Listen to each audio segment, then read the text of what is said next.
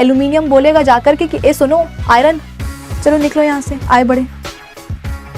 तो बेटा आयरन तो कमजोर है, ज्यादा करेक्ट ऑप्शन मिल जाए, है ना। ऑप्शन बी क्या बोल रहा है, क्लोरीन गैस है, मन ही नहीं हो रहा है पढ़ने का आगे, पहला ही शब्द गलत हो गया। लो बच्चा पारी, this is Vibhuti Khare, your chemistry educator. Welcome to other 24/7 foundation की लक्ष्य सीरीज।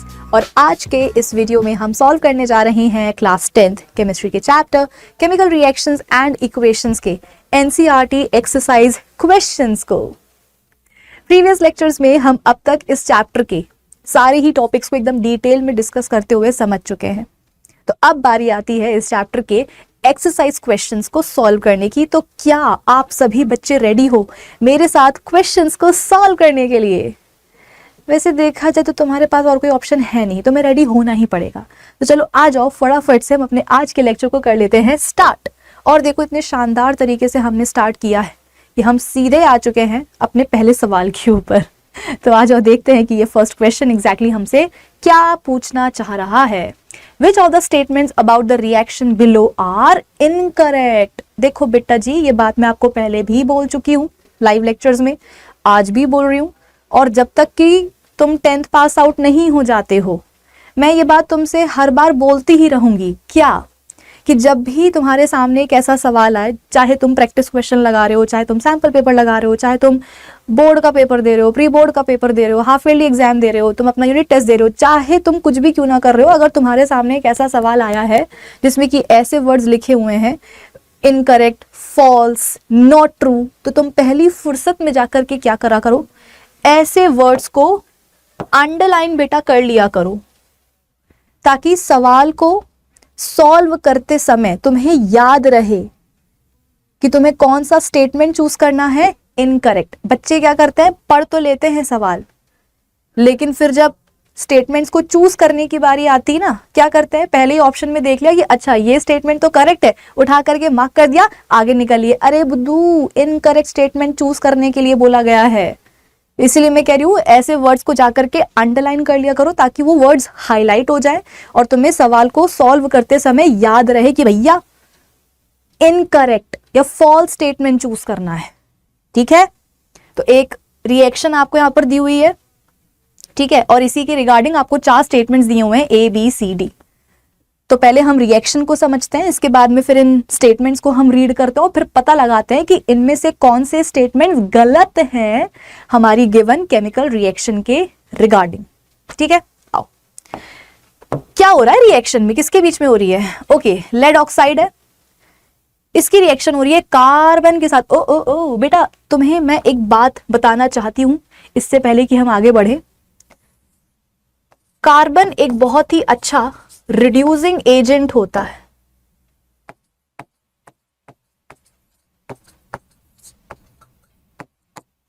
एक बहुत ही अच्छा रिड्यूसिंग एजेंट होता है। अब तुम ये मत बोलना कि मैम रिड्यूसिंग एजेंट क्या होता है, हमें तो पता नहीं। अरे कैसे नहीं पता नलायको, प्रीवियस लेक्चर में जब अपन रिडॉक्स रिएक्शंस पढ़ रहे थे, उसी लेक्चर में तुमको मैंने रिड्यूसिंग एजेंट और ऑक्सीडाइजिंग एजेंट का मतलब समझाया था। एक रिड्यूसिंग एजेंट क्या होता है बेटा, जो सामने वाले को जाकर के कर दे रिड्यूस, बदले में खुद हो जाए ऑक्सीडाइज। जैसे कि मान लो कि मैं हूं कौन, मैं हूं इस समय विभूति मैम नहीं, मैं हूं एक रिड्यूसिंग एजेंट। तो मैं क्या करूंगी, मैं सामने वाले को कर दूंगी जाकर के रिड्यूस और बदले में खुद हो जाऊंगी ऑक्सीडाइज। कैसे बेटा, कैसे? सामने वाले को जाकर के रिड्यूस करने का मतलब क्या है कि मैं सामने वाले सब्सटेंस से उसकी ऑक्सीजन छीन लूंगी। अगर किसी सब्सटेंस से ऑक्सीजन का रिमूवल हो जाए तो अपन क्या बोलते हैं, वो सब्सटेंस हो गया रिड्यूस, उसका हो गया क्या, रिडक्शन, है कि नहीं? तो मैं क्या कर रही हूं, देखो मैं कितनी दुष्ट हूं, मैं क्या कर रही हूं, मैं सामने वाले सब्सटेंस से उसकी ऑक्सीजन छीन रही हूं। तो वो क्या हो जाएगा बेटा, रिड्यूस हो जाएगा। किसने किया उसको रिड्यूस? मैंने किया, लेकिन मैं बदले में खुद ऑक्सीडाइज हो रही हूं। एक सब्सटेंस ऑक्सीडाइज कब होता है, जब उसके ऊपर ऑक्सीजन का एडिशन हो जाए। तो पता है क्या हो रहा है कि मैं जिस सब्सटेंस से ऑक्सीजन छीन रही हूं ना, उसी ऑक्सीजन को मैं अपने ऊपर ला करके चिपका रही हूं, यानी कि मैं अपने ऊपर ऑक्सीजन का एडिशन करा रही हूं। तो मैं क्या हो जाऊंगी, ऑक्सीडाइज। वो हो जाएगा क्या, सामने वाला सब्सटेंस क्या हो जाएगा, रिड्यूस। तो सामने वाले को मैंने रिड्यूस कर दिया, बदले में मैं खुद क्या हो गई, ऑक्सीडाइज। का मतलब मैं कौन हूं, रिड्यूसिंग एजेंट।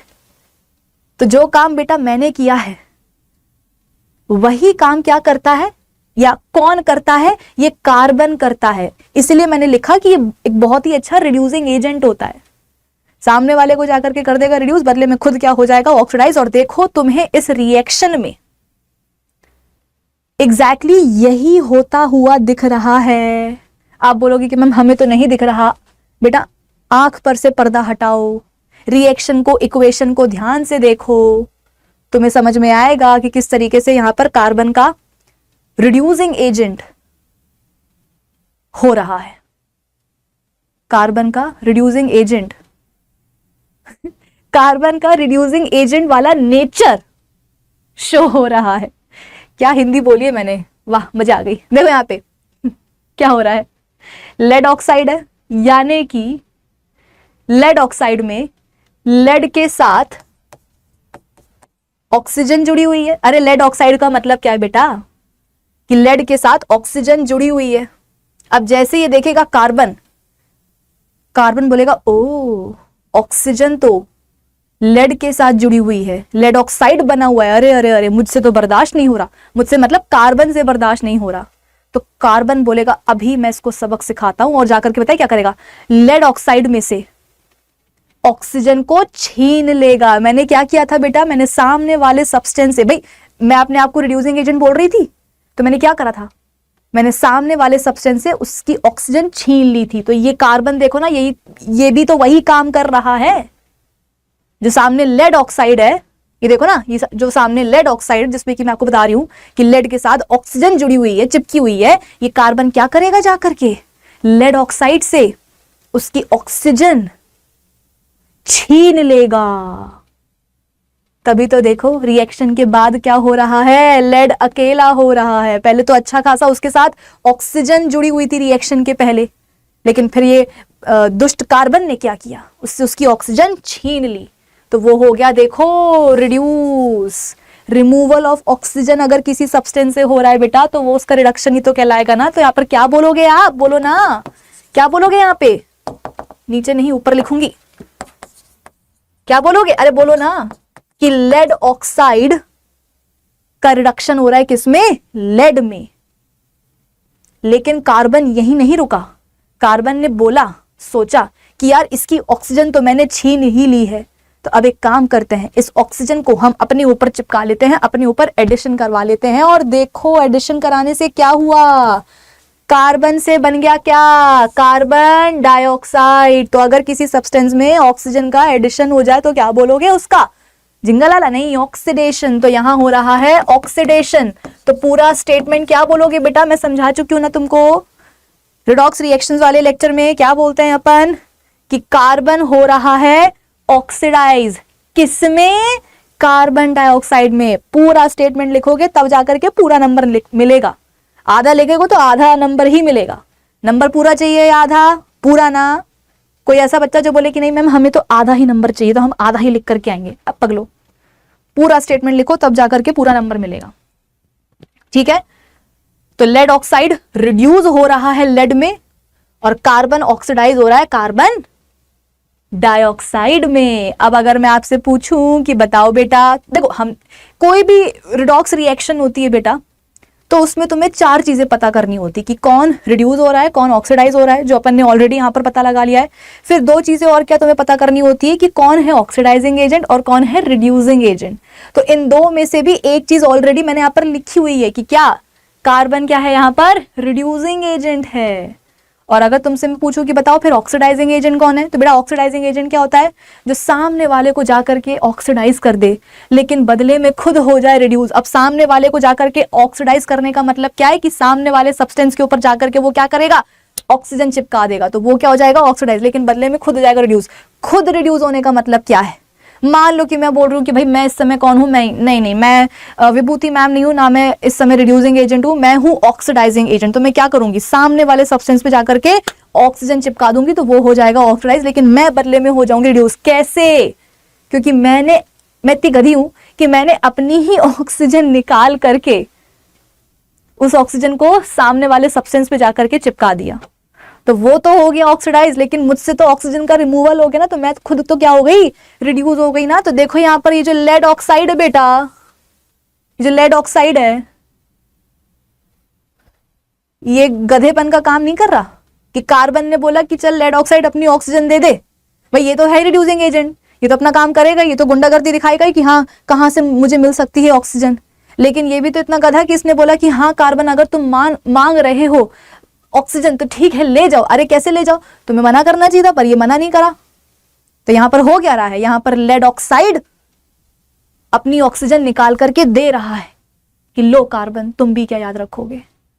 तो कार्बन को क्या करा है, इसने अपनी ऑक्सीजन दे दी, तो कार्बन तो हो गया ऑक्सीडाइज किसमें, कार्बन डाइऑक्साइड में। कार्बन की तो हो गई बल्ले बल्ले, वो तो हो गया ऑक्सीडाइज कार्बन डाइऑक्साइड में। लेकिन इस चक्कर में ये गधा तो खुद रिड्यूस हो गया ना, लेड ऑक्साइड रिड्यूस हो गया किसमें, लेड में। तो ये कौन है, ऑक्सीडाइजिंग एजेंट। लिख दूं मैं, ओए का मतलब क्या था, ओए नहीं ओए, ऑक्सीडाइजिंग एजेंट। तो 4 चीजें हमने यहां पर पता कर ली बेटा। देखो आप बोलोगे कि मैम इतना टाइम क्यों लगा रहे हैं पहले सवाल के ऊपर, पहले ही सवाल के ऊपर इतना टाइम लगा रहे हैं तो बाकियों में क्या होगा। देखो रिडॉक्स रिएक्शन है ये, रिडॉक्स रिएक्शंस जो है दिखने में बहुत ही माइंड ब्लोइंग सी लगती हैं, लेकिन लिटरली क्या करती हैं, माइंड जो है ना ब्लो कर देती हैं।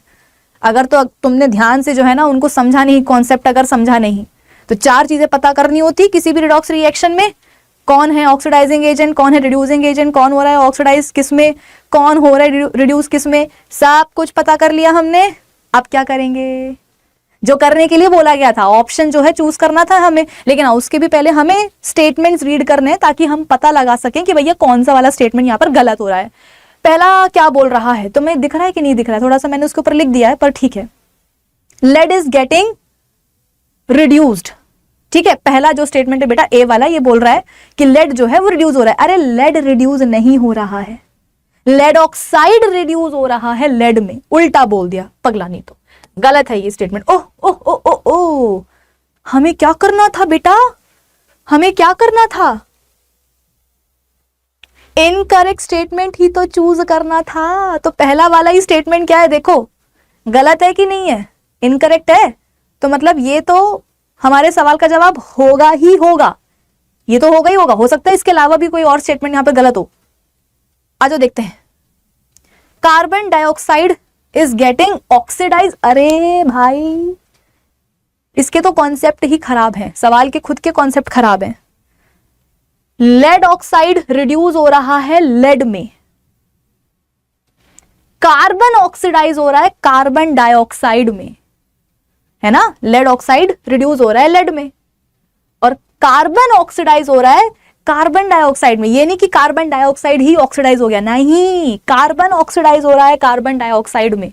ये नहीं बोलेंगे कि कार्बन डाइऑक्साइड ही क्या हो गया, ऑक्सीडाइज हो गया। अरे ये भी गलत है, ओह ये भी गलत है, अच्छा अच्छा, तो मतलब ये भी हमारे सवाल का जवाब होने वाला है, सही जवाब। मतलब गलत है लेकिन फिर भी सवाल का सही जवाब होगा। तीसरा क्या बोल रहा है, कार्बन इज गेटिंग ऑक्सीडाइज। हाँ ये तो बिल्कुल सही है, सही है, मतलब हमारे सवाल का जवाब ये नहीं हो सकता। क्या करूं, इसको टिक कर देती हूं क्योंकि ये करेक्ट है। Lead oxide is getting reduced, ये भी बिल्कुल सही है, तो मतलब ये भी हमारे सवाल का जवाब नहीं होने वाला, क्योंकि हमें तो इनकरेक्ट स्टेटमेंट ही चूज करना है। तो ए और बी क्या है बेटा, दोनों इनकरेक्ट हैं। तो हम कौन से ऑप्शन के साथ जाएंगे, पहला, दूसरा और तीसरा। इसका चौथा नहीं है क्या, ऐसा कैसे हो सकता है। एनीवेज तुम्हारी एनसीईआरटी बुक में दिया होगा ना बेटा फोर्थ स्टेटमेंट, जरा कमेंट सेक्शन में लिख के बताना कि फोर्थ ऑप्शन क्या था, 1 2 3 फोर्थ क्या था। लेकिन खैर जो भी हो, मुझे तो जो फर्स्ट ऑप्शन है बेटा,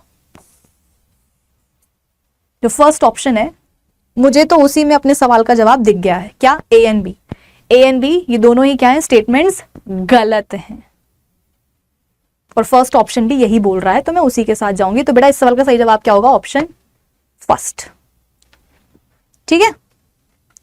अरे ठीक है, आगे बढ़ जाएं, अगले सवाल पर आ जाएं। नेक्स्ट क्वेश्चन पर चले बच्चों, चलिए। आई होप इतना समझाने के बाद तो समझ में आ ही गया होगा। नहीं समझ में आया है तो तुम मुझसे पर्सनली मिलो बेटा, मैं तुम्हें समझाऊंगी, मजाक कर रही हूं एक बार फिर से जो है बेटा वीडियो को थोड़ा सा रिप्ले करो, रिवाइंड करो, रिप्ले करो, फिर से देखो, आ जाएगा, ठीक है। नेक्स्ट क्वेश्चन क्या है, ओह फिर से रिएक्शन हो रही है, इस बार किसके बीच में, ओह ओहो, ये बहुत ही प्यारी रिएक्शन है बेटा, और इसके बारे में तुमको मैं बता भी चुकी हूं। कब बता चुकी हूं? जब अपन पढ़ रहे थे सिंगल डिस्प्लेसमेंट रिएक्शंस, वहां पर तुमको मैंने इस रिएक्शन के बारे में बताया था। इसको स्पेसिफिकली अपन क्या बोलते हैं? थर्माइट रिएक्शन बोलते हैं। और अभी से याद कर लो, अभी से याद कर लो, क्योंकि ये रिएक्शन तुम्हें मिलने वाली है, ये रिएक्शन तुम्हें मिलने वाली है एक बार फिर से। कहां?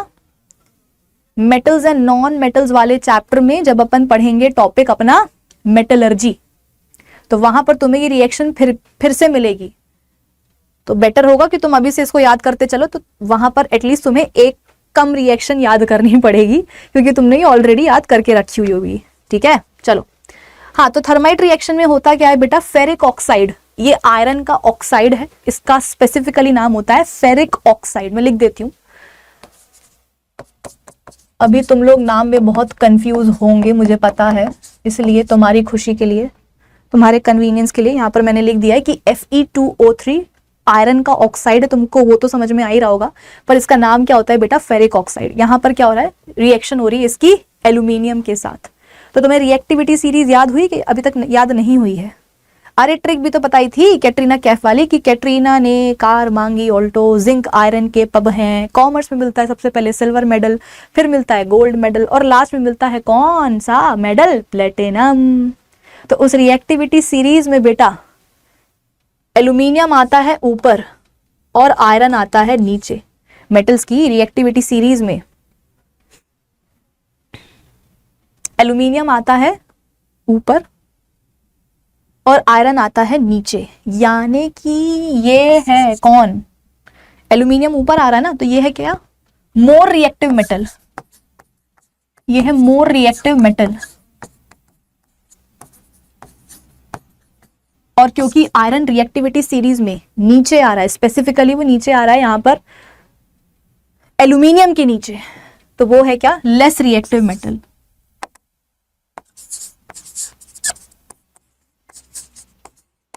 Less reactive metal. ऑलराइट, तो तुमको पता है दुनिया का बेटा नियम है, जो ज्यादा ताकतवर होता है वो कमजोर को क्या करता है? धक्का मार के भगा देता है। तो एल्यूमिनियम क्या है? More reactive metal. आयरन क्या है? Less reactive metal. तो वो क्या करेगा? वो कौन? एल्यूमिनियम क्या करेगा? आयरन को उसी के कंपाउंड से धक्के मार के भगा देगा कि अरे आयरन, तुम तो हमसे कम रिएक्टिव हो, तुम्हारी क्या मजाल कि हमारे सामने कंपाउंड बना के बैठो, चलो निकलो यहां से। तो ये बेटा आएगा एल्यूमिनियम और आयरन को उसी के कंपाउंड में से मुक्का मार के वहां से भगा देगा और खुद उसकी जगह पे जाकर के बैठ जाएगा। लिटरली देखो यहां पर यही हो रहा है कि फेरिक ऑक्साइड में देखो क्या है? आयरन है। जैसे ही देखा एल्यूमिनियम ने कि ओहो हो, सामने कौन है? फेरिक ऑक्साइड कंपाउंड है और उसमें कौन है? आयरन है। उसका हो गया दिमाग खराब, वो बोलेगा भैया ये तो रिएक्टिविटी सीरीज में मुझसे नीचे आता है, इसकी क्या मजाल कि मेरे सामने कंपाउंड बना के बैठा हुआ है। तो एल्यूमिनियम बोलेगा जाकर के कि ए सुनो आयरन, चलो निकलो यहां से, आए बड़े। तो बेटा आयरन तो कमजोर है, वो डर के मारे निकल जाएगा। ये देखो निकल गया, अकेला निकल गया, लेकिन उसकी जगह पे आकर के बढ़ गया कौन? एल्यूमिनियम। तो अब एल्यूमिनियम क्या होगा? ऑक्सीजन से जाकर के जुड़ जाएगा और क्या बन जाएगा बेटा? जब भी किसी मेटल की रिएक्शन हो जाए ऑक्सीजन के साथ, तो क्या बनता है उसका? ऑक्साइड। जब अपन metals and non metals chapter पढ़ेंगे बेटा, तो मेटल्स की जो केमिकल प्रॉपर्टीज है उनमें से एक ये प्रॉपर्टी भी होती है। इसको भी मैं आपको डिटेल में पढ़ाऊंगी, लेकिन अभी बेसिक समझ लो कि जब भी एक मेटल की रिएक्शन होती है ऑक्सीजन के साथ, क्या बनता है? उस मेटल का ऑक्साइड बनता है। तो देखो यहाँ पर भी वही होने वाला है कि आयरन को तो भगा दिया एल्यूमिनियम ने और खुद उसकी जगह पे जाकर के बैठ गया, यानी कि अब एल्यूमिनियम जाकर के जुड़ जाएगा ऑक्सीजन के साथ। तो क्या बन जाएगा? एल्यूमिनियम का ऑक्साइड Al2O3। और साथ में देखो आपको कौन दिख रहा है? बेघर हुआ हुआ लोहा, आयरन। अब आप बोलोगे कि मैम बेसिक सी सिंगल डिस्प्लेसमेंट रिएक्शन ही तो हुई ना ये। भाई एल्यूमिनियम ने क्या करा है? आयरन को डिस्प्लेस कर दिया है। तो ये तो एक बेसिक सी क्या हो गई? सिंगल डिस्प्लेसमेंट रिएक्शन हो गई। इसमें क्या खास है कि इसको थर्माइट रिएक्शन नाम दिया जा रहा है? दो चैप्टर में पढ़ाया जा रहा है, एक इसमें और एक मेटल्स एंड नॉन मेटल्स वाले चैप्टर में, क्योंकि बेटा इस रिएक्शन में क्या होता है? साथ में ढेर सारी हीट एनर्जी भी इवॉल्व होती है। मतलब जो हो रहा है तो हो ही रहा है, ठीक है, साथ में ढेर सारी हीट एनर्जी भी इवॉल्व होती है, और इस ढेर सारी हीट एनर्जी के कारण जो लोहा तुम्हें मिलता है वो मिलता है पिघल के। भाई लोहा तो मिल रहा है क्योंकि एल्यूमिनियम क्या कर रहा है, लोहे को डिस्प्लेस कर रहा है, लेकिन इस रिएक्शन में इतनी हीट एनर्जी इवॉल्व होती है कि उस हीट एनर्जी के कारण जो लोहा तुम्हें मिलता है वो पिघल के मिलता है, मॉल्टन फॉर्म में मिलता है, और उसी पिघले हुए लोहे का हम इस्तेमाल करते हैं लोहे के टूटे फूटे पार्ट्स को आपस में जोड़ने के लिए। कि जैसे कि मान लो कि मेरे पास एक लोहे की डिस्क थी, डिस्क को बोले तो प्लेट थी, ठीक है, वो ऐसे टूट गई, वो ऐसे दो टुकड़ों में ऐसे टूट गई, तो इन दोनों टुकड़ों को जोड़ने के लिए मैं क्या करूंगी पता है? ये बेटा लोहे की एक प्लेट थी, डिस्क थी, जो ऐसे दो टुकड़ों में टूट गई, तो अब इन दोनों पीसेस को तोड़ना नहीं है जोड़ने के लिए पता है मैं क्या करूंगी? इनके बीच में डाल दूंगी पिघला हुआ लोहा। इस रिएक्शन से जो मुझे पिघला हुआ लोहा मिल रहा है ना बेटा, उसी पिघले हुए लोहे को, मॉल्टन आयरन को मैं डाल दूंगी इन दोनों पार्ट्स के बीच में। तो अब जब ये भाई लोहा पिघला हुआ है तो जिंदगी भर पिघला हुआ तो नहीं रहेगा कि हाँ मैं तो पिघल गया अब तो मैं जिंदगी भर पिघला हुआ रहूंगा, नहीं, ठंडा होगा तो क्या होगा, सॉलिडिफाई हो जाएगा, और जब ये सॉलिडिफाई हो जाएगा तो अपने आप ये दो टुकड़े जो हैं वो आपस में जुड़ जाएंगे, वापस से मेरे पास क्या आ जाएगी, सुंदर सी लोहे की डिस्क या प्लेट आ जाएगी। मधुमक्खी नहीं लग रहा उसका मुंह है ना, ऐसे मधुमक्खी का मुंह होता है ना ऐसा ऑगी एंड द कॉकरोचेस बन गया ये तो। अरे मैं क्या कर रही हूँ भगवान, ओ माय गॉड, चलो हटाओ इसको। अरे तुम्हें कॉन्सेप्ट समझ में आया ना मैं क्या बोल रही हूँ? तो इसलिए बेटा इसको अपन जरूरी प्रोसेस बोलते हैं, रिएक्शन बोलते, क्योंकि अगर ये ना हो तो फिर हमें पिघला हुआ लोहा कहाँ से मिलेगा, नहीं मिलेगा तो फिर हम लोहे के टूटे फूटे पार्ट्स को जोड़ेंगे कैसे? ठीक है, चलो। तो पूछा क्या गया है, the above reaction is an example of a combination reaction. ना कॉम्बिनेशन रिएक्शन की बेटा पहचान क्या होती है मेरे मुन्नो, बताओ जरा। सबसे पहले तुमको मैंने कॉम्बिनेशन रिएक्शन ही पढ़ाई थी, और तुम्हें मैंने क्या समझाया था कि एक कॉम्बिनेशन रिएक्शन की पहचान क्या होती है, कि तुम्हें उस रिएक्शन के अंत में मिलना चाहिए एक सिंगल प्रोडक्ट। लेकिन क्या यहां पर हमें सिंगल प्रोडक्ट मिल रहा है? ऑफ कोर्स नहीं मिल रहा है। अरे खुद देखो ना, मुझे मत देखो, यहां पे खुद देखो। क्या तुम्हें इस रिएक्शन के एंड में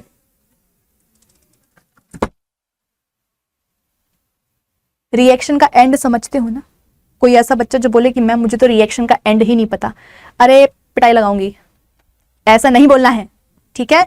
तो क्या तुम्हें यहां पर बेटा रिएक्शन के एंड में सिंगल प्रोडक्ट बनता हुआ नजर आ रहा है? नहीं, दो प्रोडक्ट्स बन रहे हैं यहां पर, दो।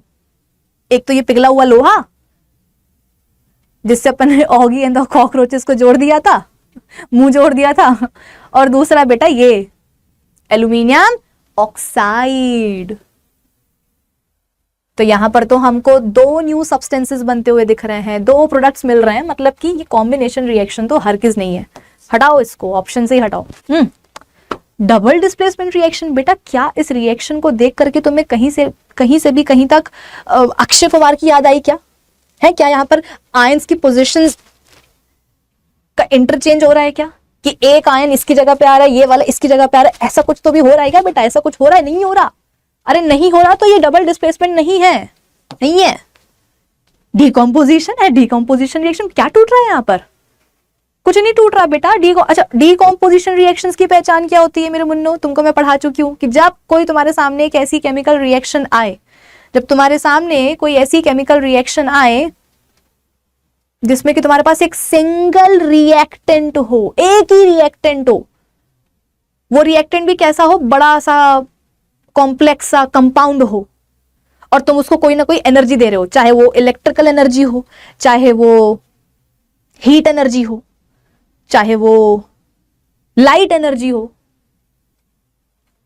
रिएक्टेंट तुम्हारे पास एक ही सिंगल कंपाउंड है और तुम उसको कोई ना कोई एनर्जी दे रहे हो, हीट, लाइट या इलेक्ट्रिकल एनर्जी, और वो एनर्जी से क्या हो रहा है, टूट रहा है, डिकम्पोज हो रहा है, उसका ब्रेक डाउन हो रहा है, तो वो होगी डिकम्पोजिशन रिएक्शन। यहां पर क्या टूट रहा है बेटा? कुछ नहीं टूट रहा ना, तो डिकम्पोजिशन क्यों बोल रहे हो? नहीं है। हाँ, डिस्प्लेसमेंट रिएक्शन तो है। हमने शुरुआत में खुद ही बोल दिया कि ये तो क्या है, एक सिंपल सी सिंगल डिस्प्लेसमेंट रिएक्शन है, इसमें इतना क्या खास है, इसको थर्माइट रिएक्शन क्यों बोल रहे हैं, ऐसा मैंने कहा था ना कि नहीं कहा था। तो ये डिस्प्लेसमेंट रिएक्शन अब सबको पता चल गया ना। चलो आगे बढ़े, आगे बढ़े। अब क्या है, what happens when dilute sulphuric, नहीं, what happens when dilute hydrochloric acid is added to iron filings, iron filings, feelings नहीं है बेटा, वो तुम्हारे अंदर है, feelings, ठीक है, अपनी फीलिंग्स को थोड़ा सा कंट्रोल करो। यहां पर बात हो रही है आयन फाइलिंग्स की। आप बोलोगे कि मैम आयन फाइलिंग्स क्या होती है, आयन क्या होती है, ये मैं बताती हूं। जैसे लकड़ी का बुरादा होता है,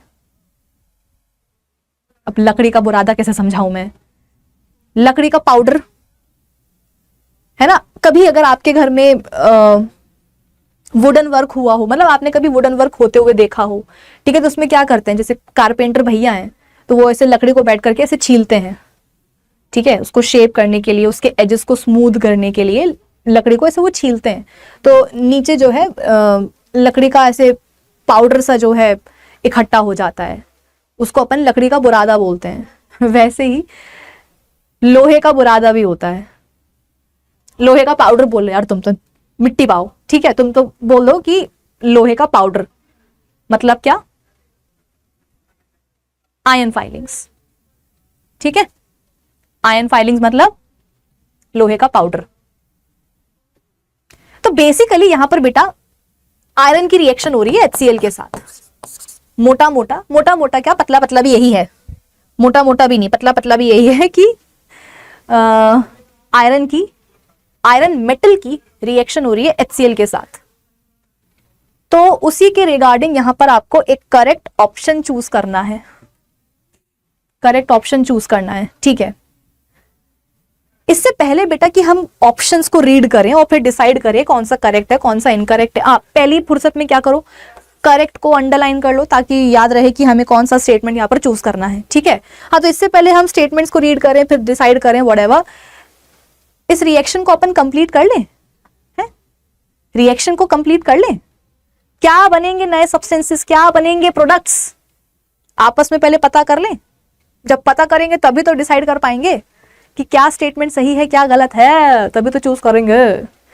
एक बार फिर से बेटा कैटरीना जी का आशीर्वाद लेकर के रिएक्टिविटी सीरीज को याद करो। कैटरीना ने कार मांगी ऑल्टो, जिंक आयरन के पब हैं, कॉमर्स में मिलता है पहले सिल्वर मेटल, फिर मिलता है गोल्ड, आखिर में मिलता है क्या, प्लेटिनम। तो उस रिएक्टिविटी सीरीज में मुझे याद करके मुझे एहसास हुआ, क्या मुझे एहसास हुआ कि भैया आयरन आता है हाइड्रोजन के ऊपर, है ना, जिंक आयरन के पब हैं, हाय क्या हो गया नाक में,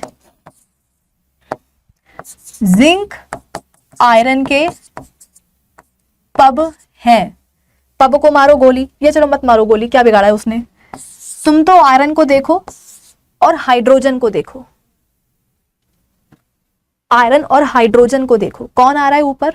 आप बोलोगे मैम ऑफ कोर्स ये भी आपने क्या ही पूछ लिया, इतने भी गधे नहीं है हम, हमें दिख रहा है कि आयरन आ रहा है ऊपर, हाइड्रोजन आ रहा है नीचे, मतलब ये लेस रिएक्टिव है, ये मोर रिएक्टिव है, आयरन मोर रिएक्टिव है।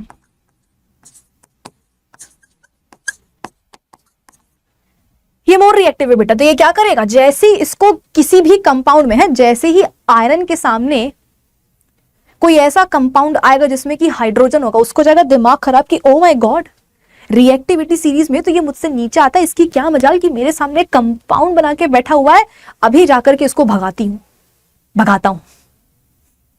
तो ये आएगा और इसको डिस्प्लेस कर देगा, आयरन आएगा और हाइड्रोजन को उसी के कंपाउंड में से मुक्के मार के भगा देगा और खुद उसकी जगह पे जाकर के बैठ के नया कंपाउंड जो है बना लेगा, झिंगा लाला।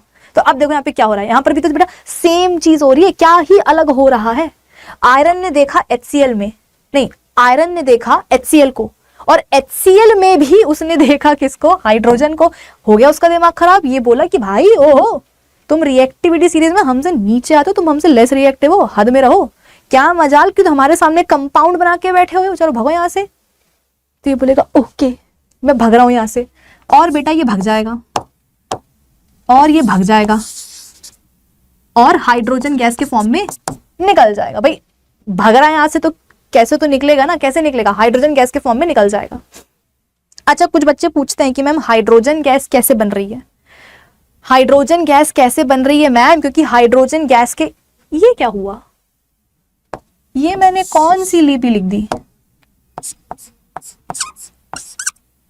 एक तो ये क्या चूचू कर रहा है भाई। हाँ, तो बच्चे पूछते हैं कि मैम हाइड्रोजन गैस के एक मॉलिक्यूल में हाइड्रोजन के 2 एटम्स हो रहे हैं, हाइड्रोजन के 2 एटम्स हो रहे हैं, लेकिन यहां पर तो एक ही एटम डिस्प्लेस हो रहा है। अरे वही वाली बात बेटा, अभी अपनी इक्वेशन को हम बैलेंस नहीं कर रहे हैं। अगर इक्वेशन को हम बैलेंस कर देंगे ना तो यहां पर भी आपको हाइड्रोजन के 2 एटम्स मिलेंगे। तो अगर तुम्हारे दिमाग में ये सवाल आया बेटा तो तुम जीनियस हो, लिटरली तुम्हारे दिमाग में ये सवाल आना चाहिए था कि मैम यहां से तो हाइड्रोजन का एक ही एटम जो है ना मुक्का खा करके बेइज्जत होकर के निकल रहा है, लेकिन यहां पर तो हाइड्रोजन गैस मैम कैसे बन गई, क्योंकि यहां पर तो गैस के एक मॉलिक्यूल में हाइड्रोजन के 2 एटम्स हैं, यहां पर तो एक ही निकल रहा है। तो अभी इक्वेशन अपनी बैलेंस्ड नहीं है बेटा। अगर बैलेंस हो जाएगी ना तो फिर ये समझ लो कि यहां से भी हाइड्रोजन के 2 एटम्स जो हैं मुक्के खा के बाहर निकलेंगे और आपस में जुड़ जाएंगे और क्या बना लेंगे, हाइड्रोजन गैस का मॉलिक्यूल। तो क्या बन जाएगी, हाइड्रोजन गैस बन जाएगी। चलो खैर जो हुआ सो हुआ। आगे देखो बेटा, आगे देखो क्या होगा जीवन में, है क्या होगा, गैस बन जाएगी, ये तो हो जाएगा बेघर, लेकिन फिर ये छोड़ेगी थोड़ी ना, मतलब ये नहीं छोड़ेगी नहीं। आयरन बोलेगा कि यार ये तो गया, चलो मैं इसकी जगह पे जाकर के बैठ जाता हूं, और क्लोरीन या क्लोराइड आयन के साथ मिलकर के बेटा ये क्या करेगा, जगह नहीं है इसको तो मैं थोड़ा सा छोटा कर देती हूं, ये बना लेगा आयरन क्लोराइड। ठीक है, आ गई रिएक्शन समझ में। ये भी तो मतलब क्या हुई, वही अपनी बेसिक सी सिंगल डिस्प्लेसमेंट रिएक्शन। आयरन ने क्या किया, आयरन ने HCl में से हाइड्रोजन को डिस्प्लेस कर दिया और खुद उसकी जगह पे जाकर के बैठ गया, क्लोराइड आयन के साथ क्या बना लिया, नया compound iron chloride. I hope बेटा तुम्हें आवाज ना आ रही हो, बाहर कुछ दंगा हो गया है, मन तो बहुत है देखने जाने का ये क्या हुआ है, पर मैं जाऊंगी नहीं, मैं पढ़ाऊंगी तुम्हें। ठीक है चलो, डिस्प्लेसमेंट हो गई भैया, क्लोराइड आयन के साथ बैठ करके इसने नया कंपाउंड बना लिया, आयरन क्लोराइड बन गया। ठीक है आगे बढ़ते हैं। हाँ क्या करेक्ट आंसर पूछा गया है, ऑप्शन ए क्या बोल रहा है, hydrogen gas and iron chloride are produced. Not bad, पहला ही ऑप्शन। अरे अरे अरे अरे इतनी अच्छी किस्मत हो गई अपनी कि पहले ही ऑप्शन में सवाल का सही जवाब मिल गया। बिल्कुल बेटा, हाइड्रोजन गैस बन रही है और आयरन क्लोराइड बन रहा है, वही तो अपन ने भी देखा, सही है। लेकिन क्या करेंगे, आगे बढ़ जाएंगे, नहीं माना कि पहले ऑप्शन में तुम्हें सवाल का सही जवाब मिल गया है बेटा, लेकिन कृपा के लिए कृपा करो मुझ पे, मेरे लिए एक बार ना सारे ऑप्शंस को रीड जरूर कर लिया करो। देखो मैं तुमसे 2 बातें बोल रही हूँ, incorrect, false, true, not true, ऐसे वर्ड्स को पहले अंडरलाइन कर लो और फिर जब भी MCQ सॉल्व करते हो ना एक बार सारे ऑप्शंस को रीड जरूर कर लिया करो। क्या पता तुम्हें किसी एक ऑप्शन में, नीचे वाले ऑप्शन में ज्यादा करेक्ट ऑप्शन मिल जाए, है ना। ऑप्शन बी क्या बोल रहा है, क्लोरीन गैस है, मन ही नहीं हो रहा है पढ़ने का आगे, पहला ही शब्द गलत हो गया। क्लोरीन गैस बन रही है, आयरन हाइड्रोक्साइड बन रहा है, भगवान जाने कौन सी रिएक्शन की बात हो रही है यहाँ पे। सी ऑप्शन क्या बोल रहा है, नो रिएक्शन टेक्स प्लेस। अरे तुम्हें ऐसी की तैसी क्यों नहीं होगी कोई रिएक्शन, बिल्कुल होगी। Iron salt and water are produced, नहा लो तुम उसी पानी से, डूब मरो उसी पानी में, कोई पानी वानी नहीं यहाँ पर बनने वाला है। तो हाइड्रोजन गैस और आयरन क्लोराइड बनेगा। ठीक है आगे बढ़े, next question, what is a balanced chemical equation. लो बोलो, पूरी कहानी पूरी हो गई, पूरी कहानी पूरी हो गई और फिर मुझसे कोई पूछे कि मैम राजा कौन था, रानी कौन थी, दोनों मर गए, खत्म कहानी। अरे भैया बैलेंस्ड केमिकल इक्वेशन पूछा जा रहा है आपसे कि क्या होती है, बताओ क्या होती है, हैं बताओ। अपन ने तो इक्वेशंस को बैलेंस करना सीख लिया है, और ये बोल रहा है बैलेंस्ड केमिकल इक्वेशन क्या होती है? अरे एक ऐसी केमिकल इक्वेशन जिसमें कि इन्वॉल्व सारे ही एलिमेंट्स के एटम्स का नंबर बराबर बराबर हो जाए लेफ्ट हैंड साइड और राइट हैंड साइड। क्या बोला मैंने? एक ऐसी केमिकल इक्वेशन जिसमें कि इन्वॉल्व सारे ही एलिमेंट्स के एटम्स का नंबर लेफ्ट हैंड साइड और राइट हैंड साइड बराबर बराबर हो जाए, उसी को अपन क्या बोलते हैं? बैलेंस्ड केमिकल इक्वेशन है। Why should chemical equation be balanced? अरे एक इक्वेशन को बैलेंस क्यों करना पड़ता है? वही चचा के कारण। कौन चचा? Law of conservation of mass को सेटिस्फाई करने के लिए। वो लॉ बोलता है कि देखो जब भी केमिकल रिएक्शन होगी, मासेस हमेशा कंजर्व्ड रहेंगे, ना नया मास बनेगा, ना पुराना वाला मास डिस्ट्रॉय होगा। यानी कि जितना मास तुम्हारे पास रिएक्शन के पहले था, एग्जैक्टली उतना ही मास होना चाहिए कहां? रिएक्शन के बाद भी। यानी कि total mass of the reactants should be equal to total mass of the products. और ये तभी पॉसिबल हो पाता है जब एलिमेंट्स के एटम्स का नंबर, सारे एलिमेंट्स के एटम्स का नंबर बेटा लेफ्ट हैंड साइड और राइट हैंड साइड बराबर बराबर हो। तो वो चचा जो है ना, law of conservation of mass, उनको सेटिस्फाई करने के लिए हर इक्वेशन को बैलेंस करना पड़ता है। वरना हमें क्या शौक है अपना काम बढ़ाने का, फालतू में इक्वेशन बनाओ भी, लिखो भी, इसके बाद में बैलेंस भी करो। बताइए, पर चचा हैं, उनको करना पड़ता है उनके लिए। अ balanced chemical equation has an equal number of atoms of different elements या डिफरेंट। तुम तो एक काम करो, यहाँ पर ऑल लिख दो, all elements in the reactants and products.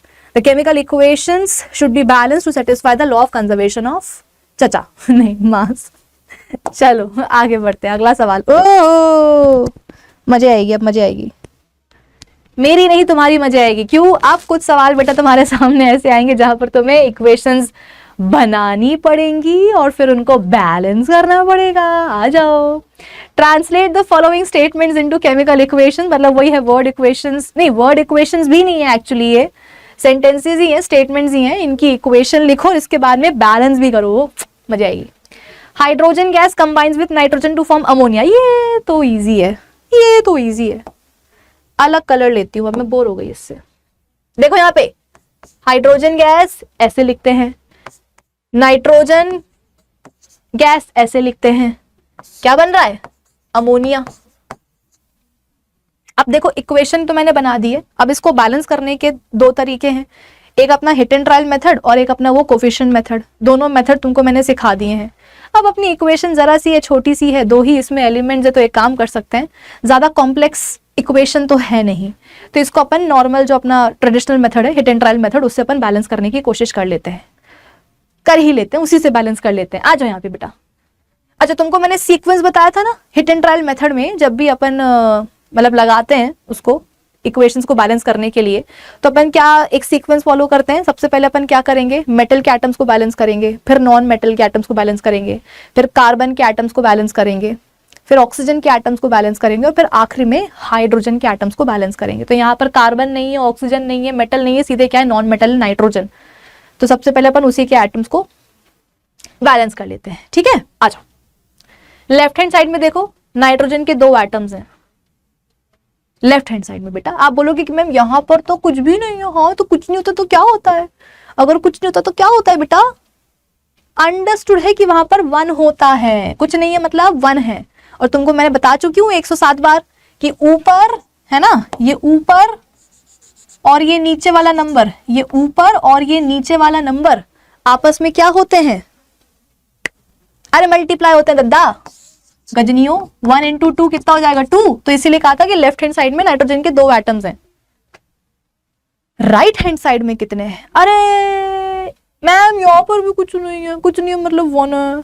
तो 1 क्या बता रहा है कि यहाँ पर नाइट्रोजन की, यहाँ पे मतलब राइट हैंड साइड में नाइट्रोजन का बेटा केवल एक ही एटम है, लेफ्ट हैंड साइड में 2, राइट हैंड साइड में केवल 1। तो जहां कमी होती है नंबर कहाँ लगाते हैं? कोफिशिएंट कहाँ लगाते हैं? वहीं लगाते हैं जहां पर एटम्स की कमी है। तो यहाँ पर 2 है, यहाँ पर 1 है, तो इस कमी को पूरा करने के लिए क्या करेंगे? यहाँ पर लगा देंगे कोफिशिएंट। क्या लगाएंगे? कोफिशिएंट। 1 तो पहले से लगा ही हुआ है, चलो एक काम करते हैं 2 लगा देते हैं। लो 2 लगा देते हैं, 2 तुम्हारी 2 हमारी। नहीं बेटा, 1 तुम्हारी 1 हमारी, तब मिलेगा 2 और वही यहाँ पर हम लिखेंगे।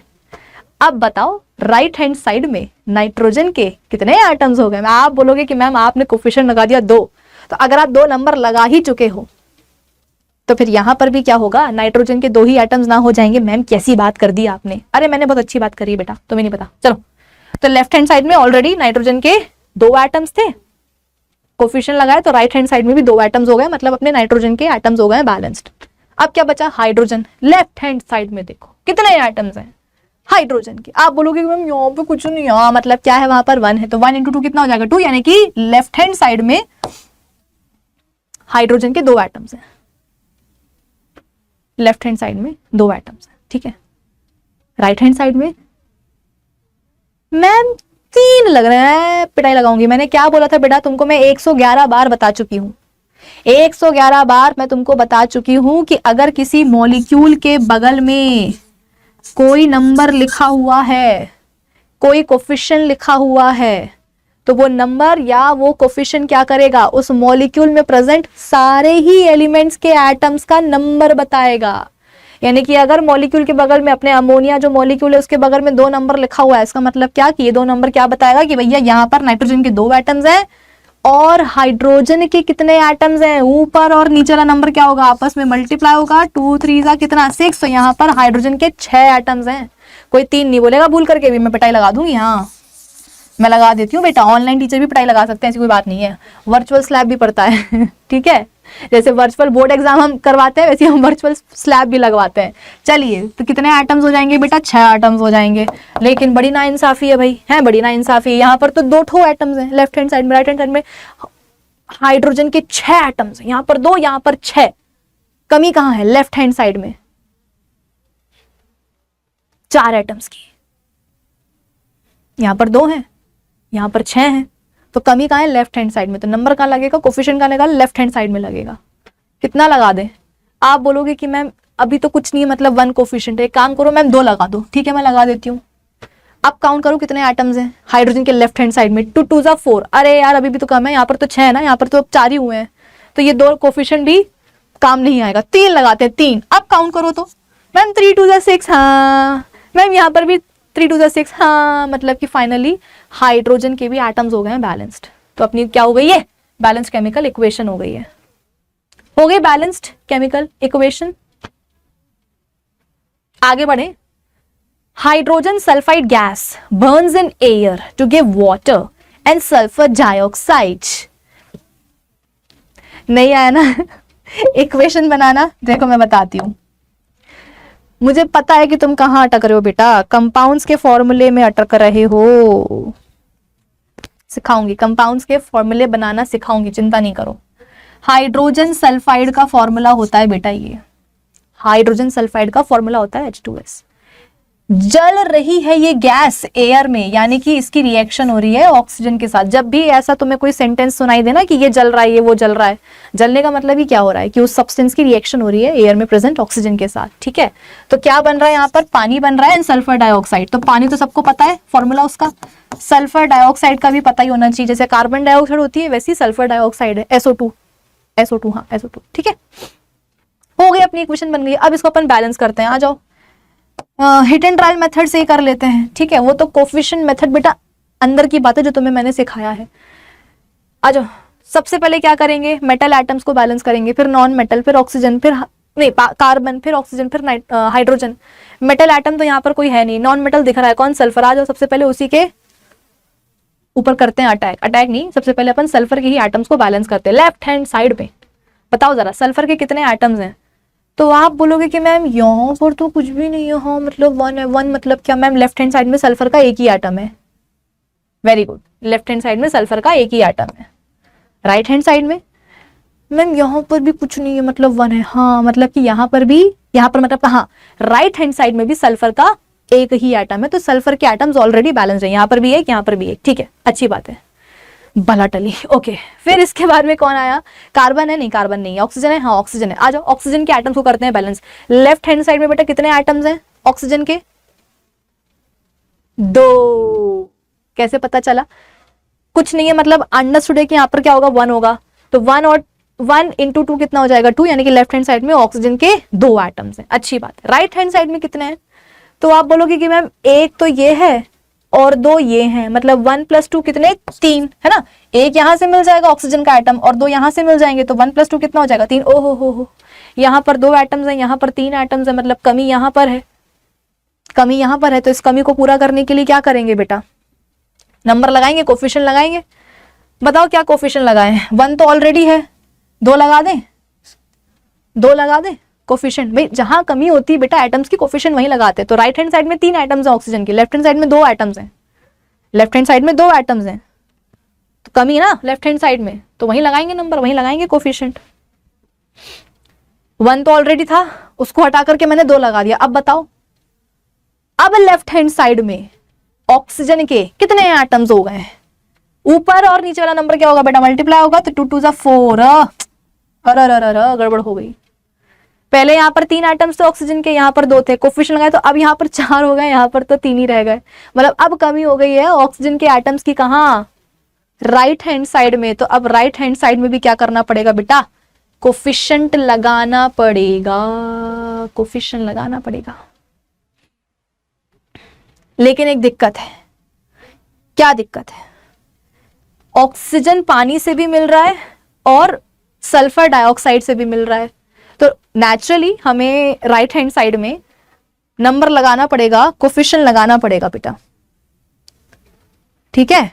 राइट हैंड साइड में हमें, क्योंकि ऑक्सीजन के एटम्स का नंबर कम हो गया है, तो नंबर लगाना पड़ेगा, कोफिशिएंट लगाना पड़ेगा, पर कहां लगाएं, यहां लगाएं या यहां लगाएं, क्योंकि ऑक्सीजन तो दोनों ही मॉलिक्यूल से मिल रहा है। आप बोलोगे कि मैम यहां लगा दो कोफिशिएंट, तो बेटा पता है यहां लगाने से क्या होगा, चलो ठीक है तुम्हारी खुशी के लिए अगर मैं यहां पर लगा भी दूंगी ना, तो जैसा कि तुमको मैंने बताया कि एक मॉलिक्यूल के बगल में, एक मॉलिक्यूल के बगल में जो नंबर लिखा होता है, जो कोफिशिएंट लिखा होता है, वो नंबर मॉलिक्यूल में प्रेजेंट जितने भी एलिमेंट्स है, सारे एलिमेंट्स के एटम्स का नंबर डिसाइड करता है। तो अगर यहां लगा देना तो पता है क्या होगा, ना सिर्फ ऑक्सीजन के एटम्स का नंबर बढ़ेगा, बल्कि सल्फर के भी एटम्स का तो नंबर बढ़ जाएगा ना। आप शुरुआत से अपन ने क्या देखा कि सल्फर के एटम्स ऑलरेडी बैलेंस्ड हैं, यहां पर भी एक ही एटम है और यहां पर भी देखो एक ही एटम था। अब अगर हमने ऑक्सीजन को बैलेंस करने के लिए यहां लगा दिया नंबर, तो क्या होगा, ऑक्सीजन के एटम का नंबर तो चलो बढ़ जाएगा, लेकिन सल्फर जो है डिसबैलेंस हो जाएगा। तो काम करते हैं उसको अपन डिसबैलेंस नहीं करते हैं, यहां लगा देते हैं कोफिशिएंट, ठीक है, यहां लगा देते हैं कोफिशिएंट। आप बोलोगे कि मैम अगर यहां लगाएंगे तो फिर उस हिसाब से तो हाइड्रोजन के एटम्स का भी नंबर हो जाएगा, हो जाने दो। अभी अपन ने हाइड्रोजन के एटम्स को बैलेंस किया कहां है, जो ऑलरेडी बैलेंस्ड है उसको मत छेड़ो, जिसको अभी बैलेंस करना है तो वो तो कर लेंगे। तो राइट हैंड साइड में कोफिशिएंट लगाना है, क्योंकि ऑक्सीजन के एटम्स का नंबर बढ़ाना है। तो यहां भी लगा सकते हैं, यहां भी लगा सकते हैं, लेकिन हम प्रेफर करेंगे यहां लगाना, ताकि सल्फर के एटम्स का नंबर ना बिगड़े, सिर्फ हाइड्रोजन के एटम्स का नंबर बिगड़ जाए, वो तो अपन अभी कर लेंगे, क्योंकि अभी तक हमने उसके एटम्स को बैलेंस किया नहीं है। अब बताओ राइट हैंड साइड में कितने एटम्स हो गए बेटा, ऑक्सीजन के कितने एटम्स हो गए। तो आप बोलोगे मैम यहां से तो 2 मिल रहे हैं, बिल्कुल सही बात है, और यहां से अब 2 मिलेंगे। पहले यहां से एक ही मिल रहा था, क्यों, क्योंकि यहां पर एक कोफिशिएंट लगा होता, नंबर 1 लिखा हुआ था, उस एक को हटा करके मैंने 2 कोफिशिएंट लगा दिया। तो अब यहां से भी आपको मिलेंगे ऑक्सीजन के 2 एटम्स, यहां से भी मिलेंगे 2 एटम्स, 2 + 2 कितना हो जाएगा, 4, यानी कि अब जाकर के अपने ऑक्सीजन के एटम्स भी हो गए हैं बैलेंस्ड। यहाँ पे भी 4, यहां पर भी 4। अब क्या बचा, हाइड्रोजन। बताओ भाई लेफ्ट हैंड साइड में कितने हैं, चलो ठीक है, बताओ भैया लेफ्ट हैंड साइड में, लेफ्ट हैंड साइड में हाइड्रोजन के कितने एटम्स हैं। तो आप बोलोगे कि मैम यहां पर तो 2 ही एटम्स दिख रहे हैं, 2 ही दिख रहे हैं, सही बात है। और राइट हैंड साइड में मैम कोफिशिएंट लगाने के बाद 2 × 4, अब यहां पर 4, यहां पर 2, कमी यहां पर है, तो यहां पर कोफिशिएंट लगाना पड़ेगा। यहां पर क्या करना पड़ेगा, कोफिशिएंट लगाना पड़ेगा। और अगर यहां पर कोफिशिएंट लगाया तो बेटा सल्फर के एटम्स बिगड़ जाएंगे। पहले तो सल्फर का एक एटम यहां था और यहां पर भी एक ही एटम था,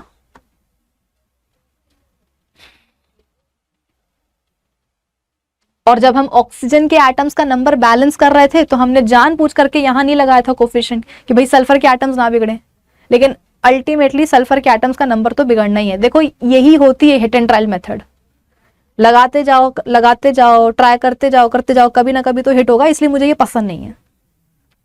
मैं तो क्या करूंगी, कहाँ गया मेरा मेरा राज दुलारा, मेरा कोफिशिएंट मेथड, मैं तो वो लगा दूंगी उठा करके, ठीक है, मैं तो सीधे से उठा करके वो लगा दूंगी, मिट्टी पाओ, मुझे तो इक्वेशन बैलेंस करने से मतलब है ना, तो मैं कैसे भी करूं। आ जाओ बेटा, पानी एंड सल्फर डाइऑक्साइड, सबको आता है ना। कोफिशिएंट मेथड नहीं आता है बेटा तो अलग से वीडियो बनाई हुई है कोफिशिएंट मेथड से इक्वेशंस को कैसे बैलेंस किया जाए, जाके पहले वो देखो, तब तुम्हें ये वाली कहानी समझ में आएगी। लगाओ कोफिशिएंट A B C और D, ठीक है। आ जाओ, सबसे पहले अपन हाइड्रोजन के एटम्स का नंबर चेक करते हैं। लेफ्ट हैंड साइड में हाइड्रोजन के, बेटा लेफ्ट हैंड साइड में हाइड्रोजन के कितने एटम्स हैं, तो आप बोलोगे ma'am A into 2A, very good, जो कि बराबर होना चाहिए हाइड्रोजन के एटम्स के on the right hand side. तो राइट हैंड साइड में बेटा मुझे बताओ कि हाइड्रोजन के कितने एटम्स है, आप बोलोगे मैम C इंटू 2C, बहुत बढ़िया, ये हो गई अपनी equation number 1। Now let's talk about sulphur के एटम्स। बताओ लेफ्ट हैंड साइड में सल्फर के कितने एटम्स हैं, तो आप बोलोगे कि मैम एक कोफिशिएंट लिखा हुआ है, मतलब लेफ्ट हैंड साइड में सल्फर का A एटम है, बहुत बढ़िया, जो कि बराबर होना चाहिए सल्फर के एटम्स के on the right hand side. बताओ राइट हैंड साइड में सल्फर के कितने एटम्स है, आप बोलोगे कि मैम D लिखा हुआ है, मतलब D एटम्स हैं, बिल्कुल। तो ये बन गई अपनी second equation. Now let's talk about oxygen, कितने एटम्स हैं ऑक्सीजन के लेफ्ट हैंड साइड में, आप बोलोगे कि मैम B इंटू 2B, हाँ बहुत बढ़िया, जो कि बराबर होने चाहिए ऑक्सीजन के एटम्स के on the right hand side. कितने एटम्स हैं बेटा ऑक्सीजन के राइट हैंड साइड में, यहां से मिल जाएगा C प्लस यहां से मिल जाएगा D इंटू 2D, बहुत बढ़िया। तो राइट हैंड साइड में है ऑक्सीजन के C प्लस 2D एटम्स, ये बन गई आपकी इक्वेशन नंबर 3। अब A B C D इन चारों कोफिशिएंट्स में से एक ऐसा कोफिशिएंट चूज करो जो सारी इक्वेशंस में आ रहा हो, तीनों में, या एटलीस्ट 3 में से 2 में तो आ ही रहा हो। A को देखो, A इसमें आ रहा है, इसमें आ रहा है, इसमें नहीं आ रहा, B सिर्फ इसमें आ रहा है, C इसमें आ रहा है, इसमें आ रहा है, D इसमें आ रहा है, अच्छा B को छोड़ करके, मतलब B को छोड़ करके A C और D, ये तीनों कोफिशिएंट्स ऐसे हैं जो 3 में से 2 इक्वेशंस में आ रहे हैं। तो चलो एक काम करते हैं, मैं A ही ले लेती हूँ, लेट A कोफिशिएंट की वैल्यू 1, लेट A कोफिशिएंट की, मैंने मान लिया कि चलो A कोफिशिएंट जो है उसकी वैल्यू क्या है, 1 है। तो अब मैं क्या कर सकती हूँ, जहां जहां मुझे A दिख रहा है वहां से मैं A की वैल्यू 1 पुट करके जो दूसरे कोफिशिएंट्स हैं उनकी वैल्यूज निकाल लेती हूँ, ठीक है। तो let A is equals to 1, उसके हिसाब से अगर फर्स्ट इक्वेशन में मैं A की जगह पे क्या रख दूं, उसकी वैल्यू 1 रख दूं, तो C की वैल्यू कितनी आ जाएगी, 2 इज इक्वल्स टू 2C, तो 2 से 2 कट गया, C की वैल्यू 0 नहीं 1 आएगी। आए बड़े मैथ्स बेटा मैथ्स, ठीक है। चलो फिर इसके बाद में यहां पर भी मैं A की वैल्यू 1 रख सकती हूँ, तो D की वैल्यू कितनी आ जाएगी, 1, तो A is equals to D, और अगर A 1 है तो D भी कितना हो जाएगा, 1, तो D इज इक्वल्स टू 1, ये आ गई A C और D की वैल्यू। अब लास्ट क्या बचा है बेटा, B, तो थर्ड इक्वेशन से हमें B की भी वैल्यू पता चल सकती है, तो 2B is equals to, C की वैल्यू कितनी आई है अपनी 1, और D की वैल्यू भी कितनी आई है, 1 ही आई है, तो 2 प्लस 1, सॉरी 2 प्लस 1 नहीं, 2 इंटू 1, हाँ, तो C की वैल्यू 1 और 2D में D की वैल्यू हमने क्या रख दी है, 1 रख दी है। अब इसको सॉल्व करो, 2B is equals to 1 plus 2 1 जा 2 बोलो ना, तो 2B is equals to 3, B is equals to 3/2, लो आ गई B की वैल्यू भी आ गई। आई ना बात समझ में, इस इक्वेशन में हमने क्या करा है, C और D की वैल्यू रख दी है, तो B की वैल्यू कितनी आ गई, पूरे को सॉल्व करो, मैथ्स लगाओ बेटा, बेसिक मैथ्स, तो कितनी आ जाएगी, 3/2। बेटा अगर मैं मैथ्स कर सकती हूँ तो दुनिया का हर बच्चा कर सकता है, ठीक है। चलो तो अब ABCD की वैल्यू आ गई है, बस रखते जाओ, और क्या, ये A को हटाओ, है A को हटाओ, A की वैल्यू हमने कितनी मानी थी, 1 मानी थी, तो A की जगह पे रख दो 1। B की वैल्यू कितनी आई है बेटा, B की वैल्यू आ गई 3/2, तो रखो 3/2। C की वैल्यू कितनी आई है, 1, तो C की जगह पे रखो क्या, 1, और D की वैल्यू कितनी आई है, D की वैल्यू भी 1 आई है, तो उसको हटाओ, अरे S भी हट गया कोई बात नहीं, D की जगह पे क्या रख दो, 1 रख दो। अब एक चीज दिमाग खराब कर रही है, एक चीज दिमाग खराब कर रही है, क्या, मैम ये जो फ्रैक्शन में 2 आ रहा है ना, ये दिमाग खराब कर रहा है। कोई बात नहीं, इस फ्रैक्शन को बेटा हटाने के लिए क्या करेंगे, पूरी की पूरी इक्वेशन को उठा करके उसी नंबर से मल्टीप्लाई करेंगे जो आ रहा है डिनोमिनेटर में। क्या आ रहा है नंबर डिनोमिनेटर में 2, तो पूरी इक्वेशन को उठा करके 2 से मल्टीप्लाई करेंगे, यानी कि हर एक कोफिशिएंट क्या होगा बेटा, पूरी इक्वेशन को 2 से मल्टीप्लाई करने का मतलब ये है कि हर एक कोफिशिएंट यहाँ पर इस 2 से मल्टीप्लाई होगा। तो 2 1 कितना हो जाएगा 2, 2 इंटू 3/2 कितना हो जाएगा, नीचे का 2 ऊपर के 2 से कट जाएगा, है नीचे का 2 ऊपर के 2 से कट जाएगा, तो यहाँ पे कितना बचेगा 3 बचेगा। लो 1 इंटू 2 कितना हो जाएगा 2, और 1 इंटू 2 कितना हो जाएगा 2। देखो अपनी इक्वेशन हो गई बैलेंस। कोई हिट एंड ट्रायल नहीं बेटा, कोई हिट एंड ट्रायल नहीं, सिंपल सा कोफिशिएंट मेथड लगाया, चेक कर लेते हैं सही किया है कि नहीं किया है। बताओ सल्फर के यहाँ पे कितने एटम्स है, 2 एटम्स हैं, यहाँ पर भी 2 एटम्स हो गए। ऑक्सीजन के 6 एटम्स यहाँ हैं, और 2 और 2 2 4 है ना भाई। सल्फर के 2 एटम्स हो गए, ऑक्सीजन के काउंट करो 3 2 6, और यहाँ पर देखो 2 यहाँ से मिल गए, 2 2 4, 4 यहाँ से मिल गए, तो 2 प्लस 4 कितना हो जाएगा 6, तो मतलब दोनों जगह ऑक्सीजन के 6 एटम्स हो गए। लास्ट बचा हाइड्रोजन, हाइड्रोजन के 4 एटम्स यहाँ हैं और यहाँ पर भी 4 एटम्स है, तो अपनी इक्वेशन क्या हो गई बेटा, बैलेंस हो गई है। खत्म कहानी, खत्म। 2 3 2 2 2 3 2 2 पढ़ाओ इसको। तो 2 3 2 2 ये आ जाएंगे अपने कोफिशिएंट्स, ठीक है।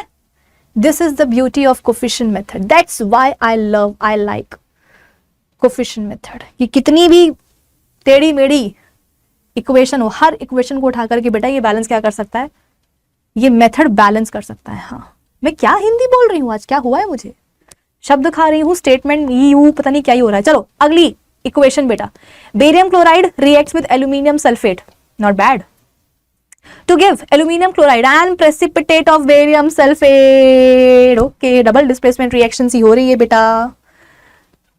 कहाँ लिखूं, नीचे लिख देती हूँ, आ जाओ। बेरियम क्लोराइड की रिएक्शन हो रही है एल्यूमिनियम सल्फेट से। एल्यूमिनियम सल्फेट का बेटा फॉर्मूला ये होता है, ध्यान से देखना, Al2SO4 ब्रैकेट में होल थ्राइस।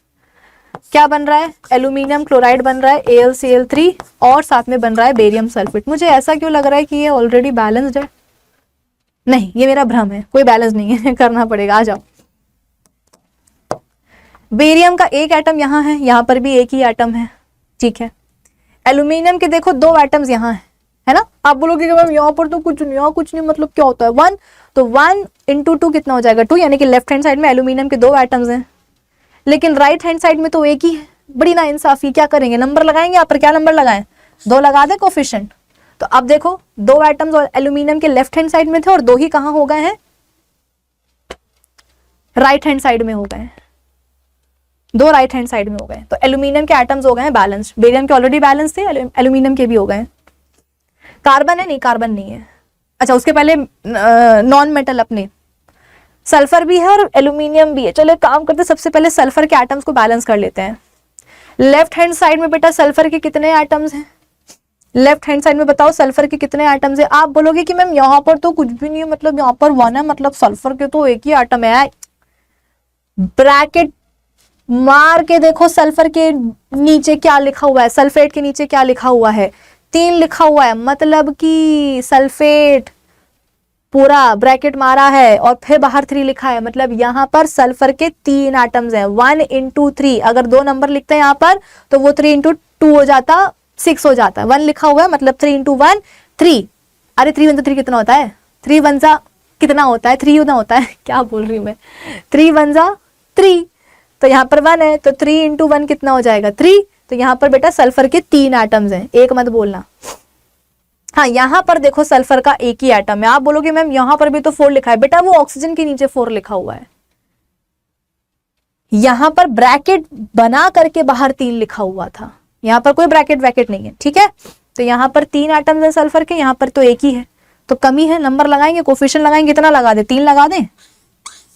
अब बताओ कितने एटम्स हो गए सल्फर के राइट हैंड साइड में, लेफ्ट हैंड साइड में ऑलरेडी 3 थे, कोफिशिएंट लगाने के बाद राइट हैंड साइड में भी देखो 3 एटम्स हो गए, लेकिन सल्फर को बैलेंस करने के चक्कर में, सल्फर को बैलेंस करने के चक्कर में मुन्नो बेरियम डिसबैलेंस हो गया। पहले एक एटम यहाँ था बेरियम का, यहाँ पर भी एक ही था, लेकिन सल्फर को बैलेंस करने के चक्कर में देखो कोफिशिएंट लगाया। अब ये कोफिशिएंट क्या करेगा, बेरियम सल्फेट में बेरियम, सल्फर और ऑक्सीजन तीनों ही एलिमेंट्स के एटम्स का नंबर बढ़ा देगा। अब यहाँ पर बेरियम के 3 एटम्स हो गए हैं, लेकिन यहाँ पर तो एक ही है, तो जहां कमी है वहां लगाएंगे नंबर, और क्या क्या नंबर लगा दे, 3 ही लगा दें। अब बताओ कितने एटम्स हो गए बेरियम के लेफ्ट हैंड साइड में, 3, राइट साइड में ऑलरेडी 3 थे, ठीक है। एल्यूमिनियम के अभी 2-2 ही चल रहे हैं, सल्फर के भी बैलेंस हो गए हैं। अब बात करते हैं किसकी, क्लोरीन की।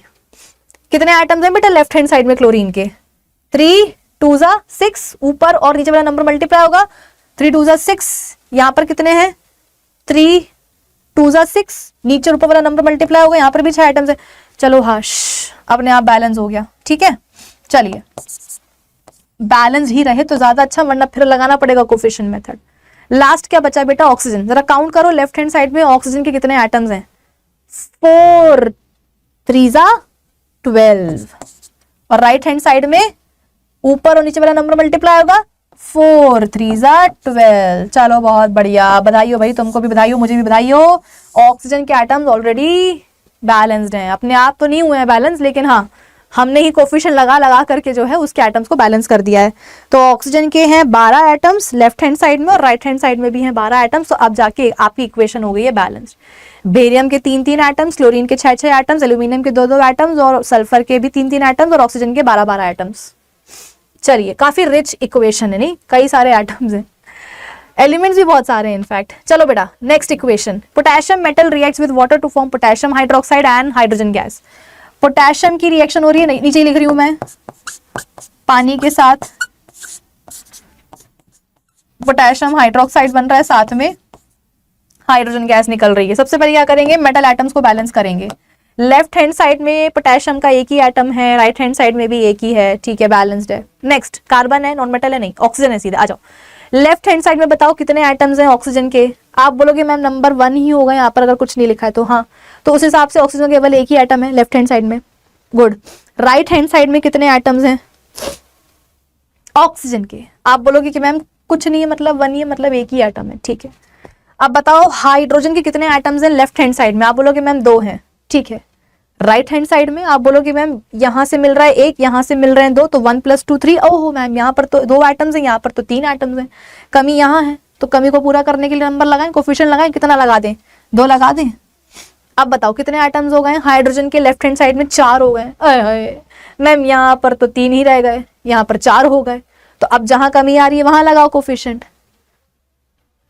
कहाँ लगाएं, यहाँ लगाएं या यहाँ लगाएं, भाई हाइड्रोजन के जो एटम्स हैं वो तो यहाँ से भी मिल रहे हैं, यहाँ से भी मिल रहे हैं, एटम्स का नंबर बढ़ाना है तो नंबर कहाँ लगाए, कोफिशिएंट कहाँ लगाए, यहाँ या यहाँ। आप बोलोगे कि मैम यहाँ लगा दो, फालतू में जो है ना पोटेशियम और ऑक्सीजन के एटम्स का नंबर गड़बड़ हो जाएगा अगर कोफिशिएंट यहाँ लगा दिया तो। बेटा ऑक्सीजन के एटम्स का नंबर तो तुमको वैसे भी जो है ना चेंज करना ही पड़ेगा, क्यों, क्योंकि यहाँ पर हम कोफिशिएंट ऑलरेडी लगा चुके हैं। तो यहाँ पर अब देखो ऑक्सीजन के लेफ्ट हैंड साइड में 2 एटम्स हो गए, राइट हैंड साइड में अभी भी एक ही है, तो इससे बेहतर है कि तुम क्या करो कोफिशिएंट यहाँ लगा दो, ताकि इस कोफिशिएंट से हाइड्रोजन और ऑक्सीजन दोनों के ही एटम्स का नंबर बढ़ जाए। अब बताओ हाइड्रोजन के यहाँ पर 4 एटम्स है और यहाँ पर कितने हो गए हैं, 2 + 2 4, ठीक है। अब ऑक्सीजन के भी एटम्स बराबर हो गए हैं, यहाँ पर 2 हैं और यहाँ पर भी 2 हैं, लेकिन पोटेशियम के देखो यहाँ पर 2 एटम्स है, यहाँ पर तो एक ही है, तो एक काम करो यहाँ पर लगा दो कोफिशिएंट कितना, 2। इक्वेशन हो गई आपकी बैलेंस, ठीक है। बढ़े आगे, चारों हो गई इक्वेशंस अपनी।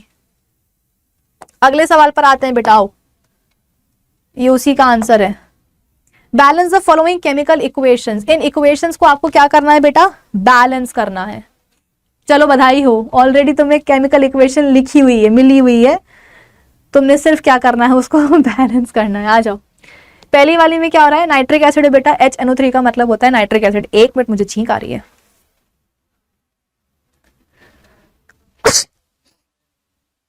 excuse me, you can say bless me, bless you ma'am, bless me, okay। HNO3 का मतलब होता है नाइट्रिक एसिड, ये है कैल्शियम हाइड्रोक्साइड, कैल्शियम नाइट्रेट बन रहा है और साथ में पानी बन रहा है। एक्चुअली एसिड बेस की रिएक्शन हो रही है बेटा, this is acid this is base, salt बन रहा है और पानी बन रहा है, न्यूट्रलाइजेशन रिएक्शन है। चलिए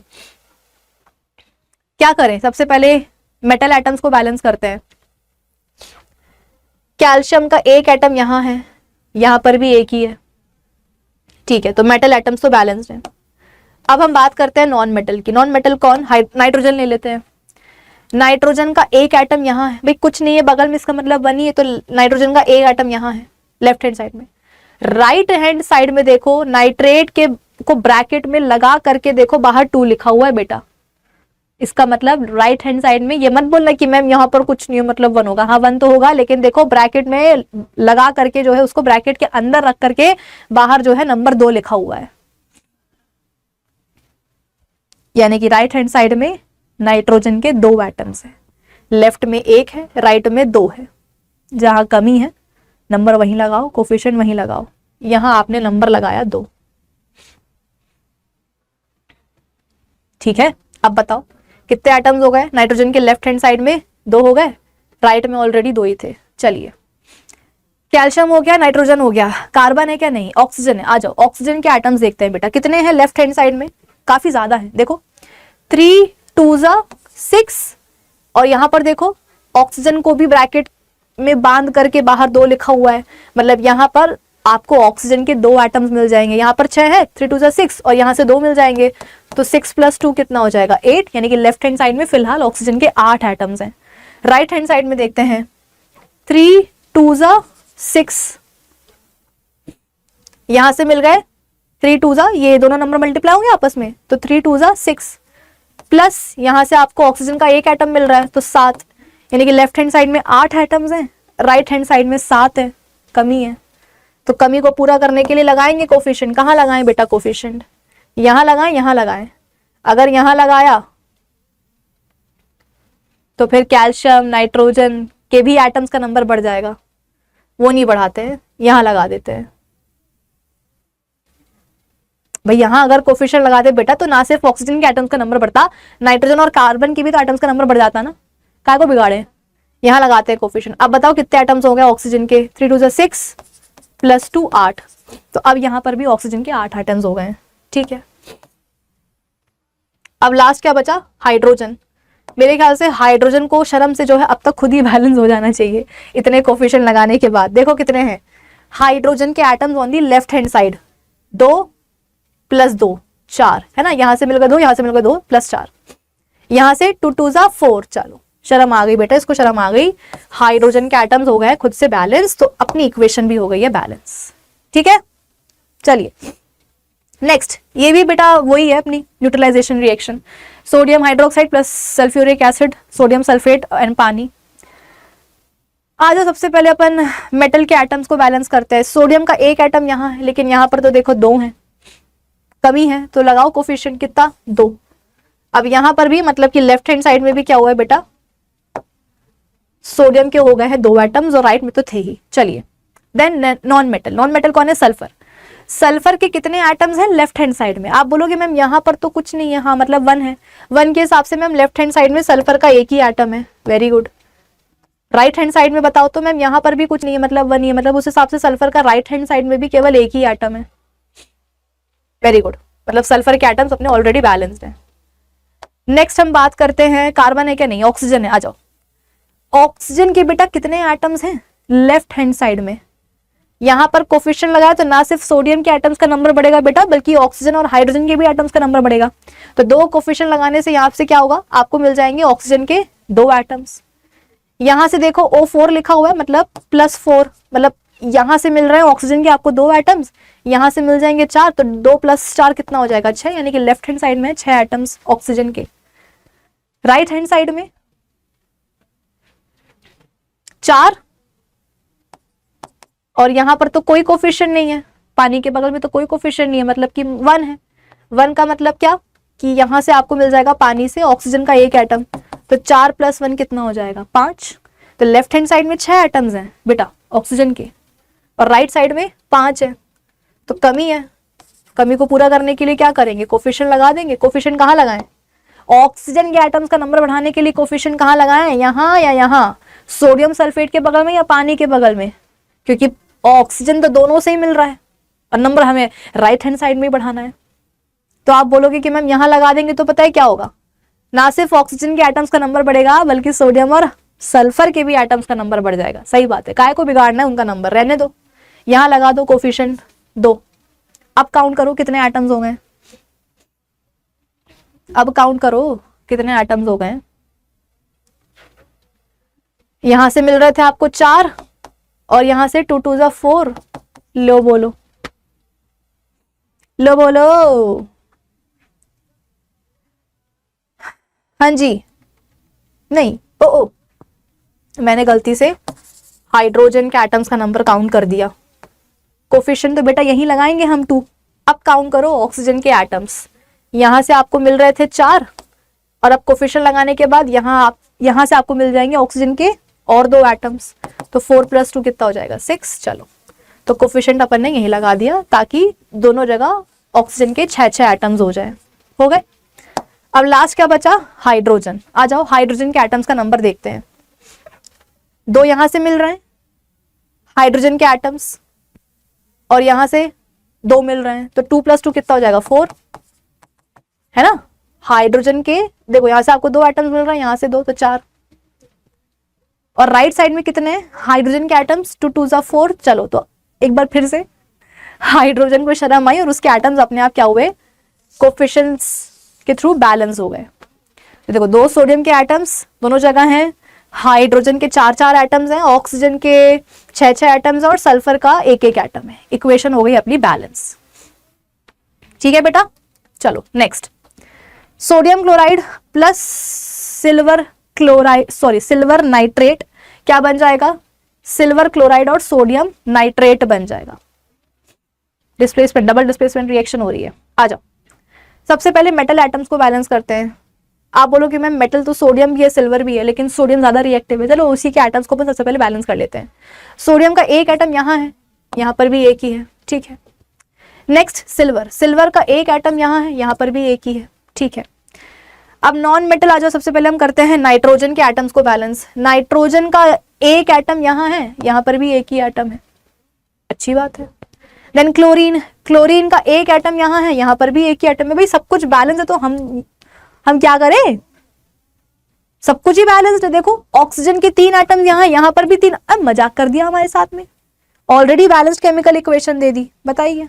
आए बड़े, चलो अगर कुछ करने नहीं तो फिर आगे बढ़ते हैं। नेक्स्ट बेटा, barium chloride plus sulphuric acid क्या मिल जाएगा, बेरियम सल्फेट और HCl। बेरियम का 1 एटम यहाँ है, यहाँ पर भी 1 ही एटम है। सल्फर का 1 एटम यहाँ है, यहाँ पर भी 1 ही एटम है। भाई कोई कोफिशिएंट नहीं, इसका मतलब क्या 1 ही 1 लिखा हुआ है फिलहाल तो उस हिसाब से बेरियम का 1 एटम यहाँ है, यहाँ पर भी 1 ही एटम है। सल्फर का 1 एटम यहाँ पर भी 1 ही है। क्लोरीन के 2 एटम्स लेफ्ट हैंड साइड में है, Cl2 लिखा ना, तो 2 एटम्स कहाँ है, क्लोरीन के लेफ्ट हैंड साइड में। लेकिन राइट साइड में तो कोफिशिएंट 1 है, तो उसके हिसाब से राइट साइड में क्लोरीन का 1 ही एटम है, लेफ्ट साइड में 2 है, राइट में 1 ही है। तो मतलब कमी कहाँ है, कमी कहाँ है, राइट हैंड साइड में। तो नंबर भी कोफिशिएंट भी वहीं लगाएंगे। आ जाओ लगाते हैं कोफिशिएंट 2। अब देखो राइट हैंड साइड में भी क्लोरीन के हो गए 2 एटम्स और लेफ्ट में तो थे ही 2। लास्ट क्या बचा, अच्छा अभी ऑक्सीजन के एटम्स को बैलेंस करना है। देखो ऑक्सीजन के 4 एटम्स यहाँ हैं और यहाँ पर भी 4 ही एटम्स हैं। हाइड्रोजन के 2 एटम्स यहाँ हैं और कोफिशिएंट लगाने के बाद यहाँ पर भी 2 हो गए, मतलब कि एक कोफिशिएंट से पूरी इक्वेशन बैलेंस हो गई है। बेरियम का 1 एटम, सल्फर का 1 एटम, क्लोरीन के 2 एटम्स, ऑक्सीजन के 4 एटम्स और हाइड्रोजन के 2 एटम्स। इक्वेशन बैलेंस्ड, ठीक है। चलिए ये उसका पूरा आंसर है बेटा, कर ही लिया अपन ने। Write the balanced chemical equations for the following reactions. Word equation दी हुई है, केमिकल इक्वेशन लिखो और बैलेंस करो। आ जाओ स्टार्ट करते हैं हम। दूसरा कलर लेंगे, मैं बोर हो गई। चलो फर्स्ट केमिकल बोल रही हूँ, calcium hydroxide, calcium hydroxide plus carbon dioxide. क्या बन रहा है, एक मिनट थोड़ी जगह बना लूं मैं, जगह नहीं है। एक काम करते ना, इसको ऊपर ही लिखती हूँ मैं, नहीं तो सब बनेंगी नहीं यहाँ पे। चलिए calcium hydroxide plus carbon dioxide. क्या बन रहा है रिएक्शन से? Calcium carbonate. बेटा देखो कैल्शियम कार्बोनेट का फॉर्मूला क्या होता है? CaCO3। कैल्शियम आयन के ऊपर चार्ज होता है +2, कार्बोनेट एक पॉलीएटॉमिक आयन है, इसके ऊपर चार्ज होता है -2, +2 -2 कट जाएगा, क्या बन जाएगा? Calcium carbonate. ठीक है, चलो हाँ जी। और साथ में क्या बन रहा है? पानी बन रहा है, पानी पानी। आ जाओ, सबसे पहले अपन इसको बैलेंस करते हैं बेटा। मेटल एटम कैल्शियम, कैल्शियम का एक एटम यहाँ है ना, कोई कोफिशिएंट नहीं है मतलब 1 ही है, कुछ नहीं लिखा मतलब 1 ही है, कोई कोफिशिएंट नहीं, कुछ नहीं लिखा मतलब 1 कोफिशिएंट है। तो उस हिसाब से कैल्शियम का एक एटम यहाँ है, यहाँ पर भी कुछ नहीं लिखा मतलब कोफिशिएंट क्या है? 1 ही है। तो राइट हैंड साइड में कैल्शियम का एक एटम, लेफ्ट हैंड साइड में भी एक है, राइट में भी एक है, चलो ठीक है। Then non metal, non metal ऐसा सच तो नहीं है, लेकिन उसके बाद में कार्बन है। आ जाओ, कार्बन के एटम्स को बैलेंस करते हैं। लेफ्ट हैंड साइड में देखो कोई कोफिशिएंट मतलब कोई नंबर आपको नहीं लिखा दिख रहा है, मतलब वहां पर नंबर 1 है, मतलब एक कोफिशिएंट है यहाँ पे। तो उस हिसाब से लेफ्ट हैंड साइड में कार्बन का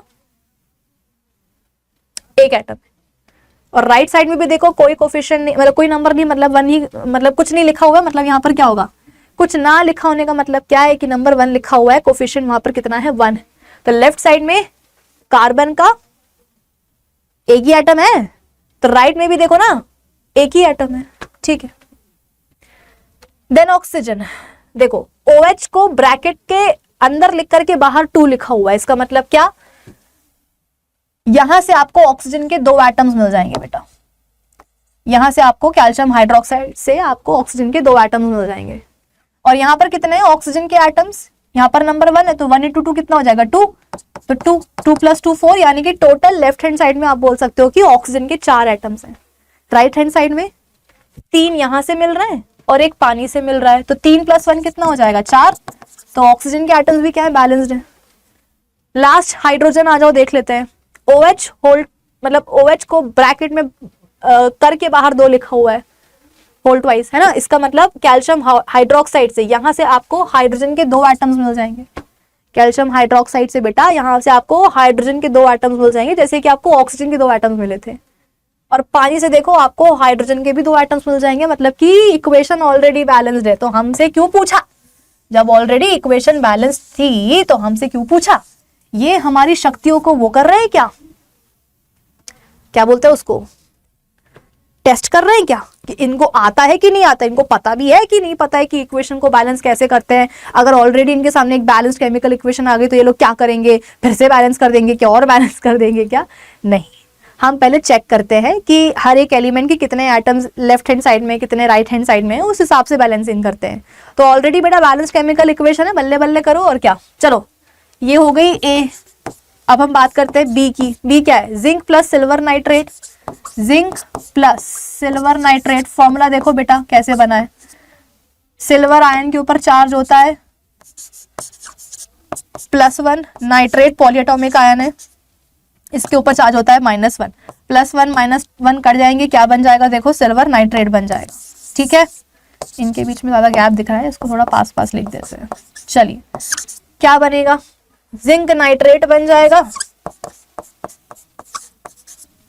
और सिल्वर हो जाएगा बेघर, मतलब वही डिस्प्लेसमेंट रिएक्शन हुई। रिएक्टिविटी सीरीज में सिल्वर आता है नीचे, हाँ रिएक्टिविटी सीरीज में सिल्वर आता है जिंक के नीचे, तो जिंक क्या करेगा? उसको डिस्प्लेस कर देगा, खुद उसकी जगह पे जाके बैठ जाएगा, क्या बना लेगा? Zinc nitrate. अच्छा आप बोलोगे मैम सिल्वर नाइट्रेट का फॉर्मूला आपने ऐसे बनाया था, जिंक नाइट्रेट का ऐसा क्यों बनाया? क्योंकि जिंक आयन के ऊपर चार्ज होता है +2, नाइट्रेट के ऊपर अभी बताया था -1 चार्ज होता है, तो जिंक का 2 जाएगा नाइट्रेट के पास, नाइट्रेट का 1 जाएगा जिंक के पास, तो क्या बन जाएगा? जिंक, और पूरा ब्रैकेट मार के बाहर लिखना 2। ठीक है, चलिए अब इसको अपन बैलेंस करते हैं। आओ मेटल एटम को सबसे पहले बैलेंस करेंगे। जिंक का एक एटम यहाँ है, यहाँ पर भी एक ही एटम है। सिल्वर का एक एटम यहाँ है, यहाँ पर भी एक ही है। ठीक है, then non metal nitrogen. Nitrogen का देखो एक एटम यहाँ है बेटा, है ना, कुछ नहीं लिखा, मतलब वहां पर क्या है? नंबर 1। तो लेफ्ट हैंड साइड में नाइट्रोजन का एक ही एटम है, लेकिन राइट हैंड साइड में तो देखो नाइट्रेट को जो है ब्रैकेट के अंदर बंद करके बाहर 2 लिखा हुआ है, मतलब कि राइट हैंड साइड में बेटा नाइट्रोजन का एक नहीं, दो दो एटम है। लेफ्ट में एक ही है, राइट में दो हैं, तो जहां कमी है कोफिशिएंट वहीं लगाएंगे। तो ये एक कोफिशिएंट को हटा करके बेटा लगा दो नंबर कितना, दो, दो कोफिशिएंट। तो अब देखो नाइट्रेट क्यों बोल रही हूँ मैं, क्या मैं नाइट्रेट बोल रही हूँ? नहीं बेटा, मैं नाइट्रोजन की बात कर रही हूँ, ठीक है। पहले हमने क्या करा, जिंक के एटम्स को बैलेंस किया, फिर हमने सिल्वर के एटम्स को बैलेंस किया, फिर हमने देखा कि नाइट्रोजन के कितने एटम्स हैं। तो यहाँ पर तो एक ही था, यहाँ पर नाइट्रेट से आपको, जिंक नाइट्रेट से आपको नाइट्रोजन के दो एटम्स मिल रहे थे। तो बैलेंस करने के लिए हमने यहाँ पर एक कोफिशिएंट को हटा करके दो लगा दिया। तो अब यहाँ पर भी क्या हो गया, नाइट्रोजन के दो एटम्स हो गए, यहाँ पर दो हो गए, यहाँ पर भी दो हो गए, लेकिन सिल्वर के देखो एटम्स क्या हो गए हैं, डिसबैलेंस हो गए। अब यहाँ पर देखो सिल्वर के दो एटम्स हो गए, यहाँ पर तो एक ही है। तो एक काम करो, कोफिशिएंट यहाँ भी लगा दो, एक तो लगा ही था, उसको हटा करके दो लगा दो। अब लास्ट क्या बचा बेटा, ऑक्सीजन। कितने एटम्स हैं ऑक्सीजन के, लेफ्ट हैंड साइड में देखो, नीचे वाला नंबर और ऊपर वाला नंबर क्या होता है बेटा, आपस में मल्टीप्लाई होता है। ये मत बोलो कि मैम सिर्फ सिल्वर के एटम्स होंगे दो, नहीं, एक मॉलिक्यूल में के बगल में जो नंबर लिखा होता है, जो कोफिशिएंट लिखा होता है, वो मॉलिक्यूल में प्रेजेंट सारे एलिमेंट्स के एटम्स का नंबर बढ़ाता है। अगर दो नंबर लिखा है मतलब यहाँ पर सिल्वर के दो एटम्स होंगे, नाइट्रोजन के दो एटम्स होंगे और ऑक्सीजन के 6 एटम्स होंगे। जज्बात में आकर ये मैं बोला मैम ऑक्सीजन के भी तो होंगे, नहीं 3 होंगे, क्यों, क्योंकि उसके सबस्क्रिप्ट में नंबर 3 भी लिखा हुआ है। तो ऊपर और नीचे वाला नंबर आपस में क्या होगा बेटा, मल्टीप्लाई होगा। तो 2 3 से कितना हो जाएगा, 6। यहाँ देखो ब्रैकेट के अंदर 3, ब्रैकेट के बाहर 2, तो दोनों को मल्टीप्लाई करो, कितना हो जाएगा 6। तो यहाँ पर भी ऑक्सीजन के हो गए 6 एटम्स। हो गई अपनी इक्वेशन बैलेंस। और क्या चाहिए तुमको भैया जीवन में, जायदाद चाहिए क्या मेरी, नहीं मिलेगी। चलो आगे बढ़ो। Third equation, aluminium plus copper chloride, aluminium chloride और कॉपर बनेगा। देखो भैया, एल्यूमिनियम प्लस कॉपर क्लोराइड का फॉर्मूला देख लो। कॉपर आयन के ऊपर चार्ज कितना होता है, +2, क्लोराइड आयन के ऊपर चार्ज कितना होता है, -1। क्रिस क्रॉस कर दो, तो कॉपर के पास आ जाएगा क्लोराइड का 1, क्लोराइड के पास आ जाएगा कॉपर का 2। तो देखो क्या बन जाएगा फॉर्मूला, CuCl2। क्या बनेगा, एल्यूमिनियम क्लोराइड AlCl3। कैसे बन गया AlCl3, एल्यूमिनियम आयन के ऊपर चार्ज +3, क्लोराइड के ऊपर -1, क्रिस क्रॉस कर दो तो AlCl3 बन जाएगा और कॉपर हो जाएगा बेगर। बेटा ये भी तो क्या है, डिस्प्लेसमेंट रिएक्शन ही है। एल्यूमिनियम ने क्या करा है, कॉपर को कॉपर क्लोराइड में से ही डिस्प्लेस कर दिया है। आ जाओ, सबसे पहले क्या करेंगे, मेटल एटम्स को बैलेंस करेंगे। मेटल में भी सबसे पहले एल्यूमिनियम के एटम्स को बैलेंस कर लेते हैं। लेफ्ट हैंड साइड में एल्यूमिनियम का एक ही एटम है, क्योंकि यहाँ पर कुछ नहीं लिखा मतलब 1 कोफिशिएंट है, एक ही एटम है। राइट हैंड साइड में भी देखो कोई कुछ नहीं लिखा मतलब 1 कोफिशिएंट है, तो राइट हैंड साइड में भी एल्यूमिनियम का एक ही एटम है। देन कॉपर, यहाँ पर कुछ नहीं लिखा मतलब 1 है, यानी कि लेफ्ट हैंड साइड में कॉपर का एक ही एटम है और राइट हैंड साइड में भी एक ही एटम है। फिर क्लोरीन, क्लोरीन के देखो बेटा यहाँ पर मतलब लेफ्ट हैंड साइड में 2 एटम्स हैं, लेकिन राइट में तो 3 है। राइट में 3, लेफ्ट में 2, कमी यहाँ है क्लोरीन के एटम्स की। तो कमी को पूरा करने के लिए क्या करेंगे, नंबर लगाएंगे, कोफिशिएंट लगाएंगे। आ जाओ 1 कोफिशिएंट, भी कोई नंबर नहीं लिखा हुआ दिख रहा है, मतलब यहाँ पर ऑलरेडी क्या है, मतलब अंडरस्टूड है कि यहाँ पर क्या लिखा हुआ है, नंबर 1 कोफिशिएंट है, तो उसको हटा करके यहाँ पर लगा दो कोफिशिएंट 2। तो अब क्लोरीन के यहाँ पर देखो 2 to the 4 4 एटम्स हो गए। यहाँ पर तो 3 थे पहले, यहाँ पर 2 थे, बढ़ाने के चक्कर में क्या हुआ, कुछ ज्यादा ही बढ़ गए, 4 एटम्स हो गए। अब यहाँ पर कम हो गए, कोई बात नहीं, तुम भी यहाँ लगा दो क्या, कोफिशिएंट 2। भाई जहां कमी होती है कोफिशिएंट वहीं लगता है। पहले यहाँ पर कमी थी तो यहाँ लगाया, कुछ ज्यादा ही बढ़ गए, अब यहाँ पर 4 होगा, यहाँ पर 3 ही रहेगा। तो अब यहाँ पर हमने कोफिशिएंट लगा दिया 2। अब बताओ क्लोरीन के कितने एटम्स हैं राइट हैंड साइड में, तो 2 3 6, लो बोलो। अब यहाँ ज्यादा हो गए, यहाँ फिर कम हो गए, कोई बात नहीं, हमार नहीं मानेंगे। अब 2 को हटा करके क्या करो, कोफिशिएंट लगा दो 3, कोफिशिएंट लगा दो 3। अब बताओ क्लोरीन के कितने एटम्स हो गए लेफ्ट हैंड साइड में, man 3 to the 6, man yippee, यहाँ पर भी हो गए 6 एटम्स, यस। तो यहाँ पर 6 थे, यहाँ पर भी 6 हो गए क्लोरीन के एटम्स। चलो क्लोरीन के एटम्स हो गए बैलेंस, लेकिन क्लोरीन को बैलेंस करने के चक्कर में बेटा कॉपर हो गया डिसबैलेंस। देखो कॉपर के यहाँ पर पहले यहाँ पर भी एक, यहाँ पर भी एक ही एटम था, लेकिन यहाँ पर लगाया नंबर 3, तो क्या हुआ, ना सिर्फ क्लोरीन के एटम्स का नंबर बढ़ा, कॉपर के भी एटम्स का नंबर बढ़ गया। अब यहाँ पर कॉपर के 3 एटम्स हैं, लेकिन यहाँ पर तो एक ही है, कमी है ना। यहाँ पर कमी को पूरा करने के लिए क्या करेंगे, एक नंबर को हटा करके लगा दो 3 नंबर, यानी कि कोफिशिएंट। तो अब राइट हैंड साइड में भी कॉपर के 3 एटम्स आ गए हैं। एल्यूमिनियम भी तो बेटा गड़बड़ हो गया। देखो यहाँ पर तो पहले इसका एक एटम था, यहाँ पर भी एक एटम हो गया, लेकिन देखो दो कोफिशिएंट लगाने से यहाँ पर ना सिर्फ क्लोरीन के एटम्स का नंबर बढ़ा, एल्यूमिनियम के एटम्स का भी नंबर बढ़ गया। अब यहाँ पर एल्यूमिनियम के 2 एटम्स हो गए हैं, यहाँ पर तो एक ही है, तो जहां कमी है लगाओ कोफिशिएंट वहां पर, तो लो यहाँ भी लगा दिया, तो यहाँ पर भी अब हो गए हैं एल्यूमिनियम के 2 एटम्स, यहाँ पर पहले से थे, यहाँ पर भी अब हो गए, हो गई अपनी इक्वेशन बैलेंस्ड। ठीक है, चलो लास्ट इक्वेशन,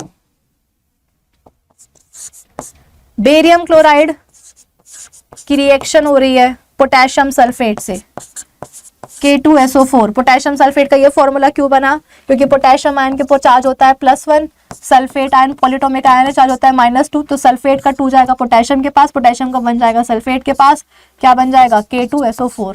ठीक है, क्या बनेगा, वही डबल डिस्प्लेसमेंट रिएक्शन हो जाएगी बेटा, पोटेशियम आ जाएगा बेरियम की जगह पे, मतलब पोटेशियम आयन आ जाएगा बेरियम आयन की जगह पे, और बेरियम आयन आ जाएगा पोटेशियम आयन की जगह पे, क्या बन जाएगा, पोटेशियम क्लोराइड बन जाएगा और बेरियम सल्फेट बन जाएगा। बेरियम सल्फेट क्या होता है, व्हाइट प्रेसिपिटेट होता है, डबल डिस्प्लेसमेंट तो है ही, और बेरियम सल्फेट बन रहा है, तो ये क्या है, प्रेसिपिटेट है, तो ये प्रेसिपिटेशन रिएक्शन भी है। ठीक है, चलिए अब बैलेंस करते हैं, आओ आओ भैया आओ। बेरियम का एक एटम यहाँ है, यहाँ पर भी एक ही एटम है। पोटेशियम के 2 एटम्स, देखो सबस्क्रिप्ट में क्या लिखा हुआ है 2, यहाँ पर कुछ नहीं लिखा, मतलब अंडरस्टूड है कि यहाँ पर 1 कोफिशिएंट है, तो 1 2 कितना हो जाएगा 2, तो पोटेशियम के 2 एटम्स यहाँ हैं, लेकिन यहाँ पर तो एक ही है राइट हैंड साइड में। कमी को पूरा करेंगे बेटा, कोफिशिएंट लगाएंगे यहाँ पर तो पोटेशियम के एटम्स कितने हो गए, बढ़ करके यहाँ पर भी 2 हो गए। चलिए, तो बेरियम का एक ही एक एटम, पोटेशियम के 2 एटम्स। अब क्या बचा, नॉन मेटल सल्फर, सल्फर का एक एटम देखो यहाँ है, और यहाँ पर भी एक ही है। ओके, क्लोरीन, क्लोरीन के देखो बेटा यहाँ पर 2 एटम्स हैं, कुछ नहीं लिखा, मतलब यहाँ पर अंडरस्टूड कि 1 कोफिशिएंट है, तो 1 2 कितना हो जाएगा 2, तो क्लोरीन के लेफ्ट हैंड साइड में 2 एटम्स हैं। राइट में देखो, ये कोफिशिएंट लगाने से ना सिर्फ पोटेशियम के 2 एटम्स हो गए बेटा, क्लोरीन के भी 2 एटम्स हो गए, तो अपने आप क्लोरीन के एटम्स हो गए बैलेंस्ड। लास्ट क्या बचा, ऑक्सीजन, ऑक्सीजन के यहाँ पे 4 एटम्स हैं, यहाँ पर भी 4 एटम्स हैं, तो इक्वेशन हो गई अपनी बैलेंस्ड। ठीक है कि नहीं, ठीक है कि अभी भी कुछ डाउट है मन में, चलो फिर आगे बढ़ते हैं। Okay,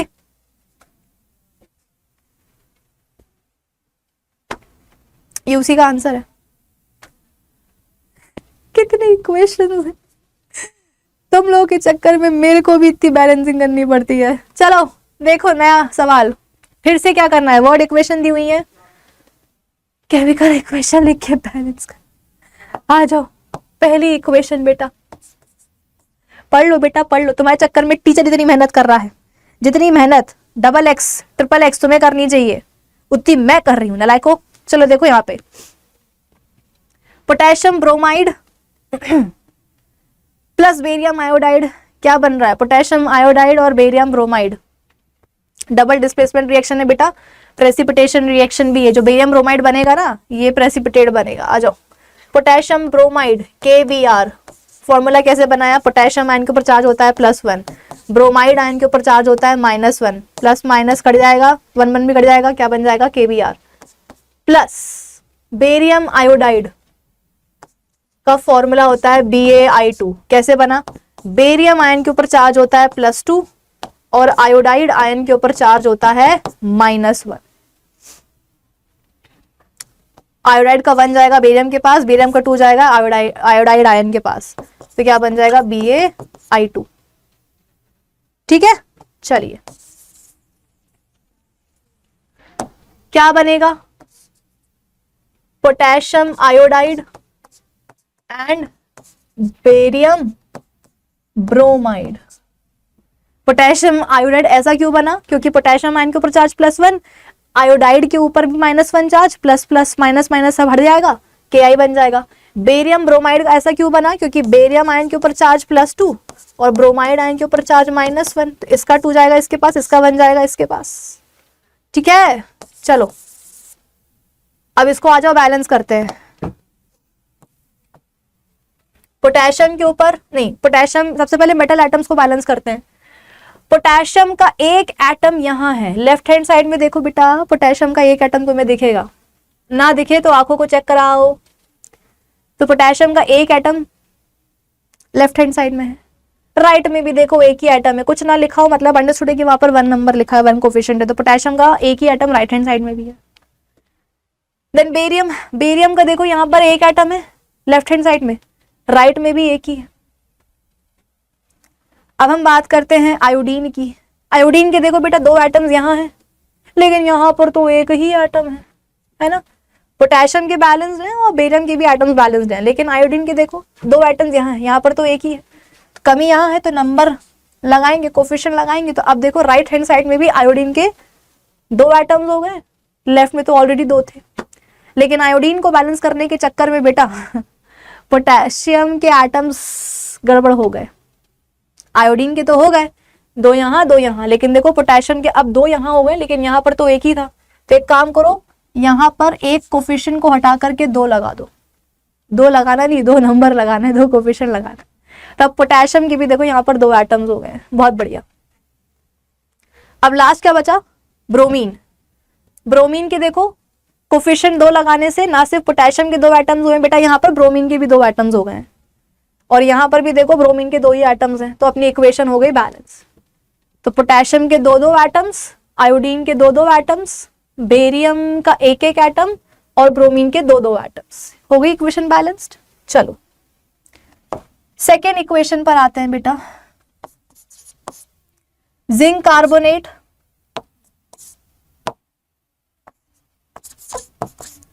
zinc carbonate.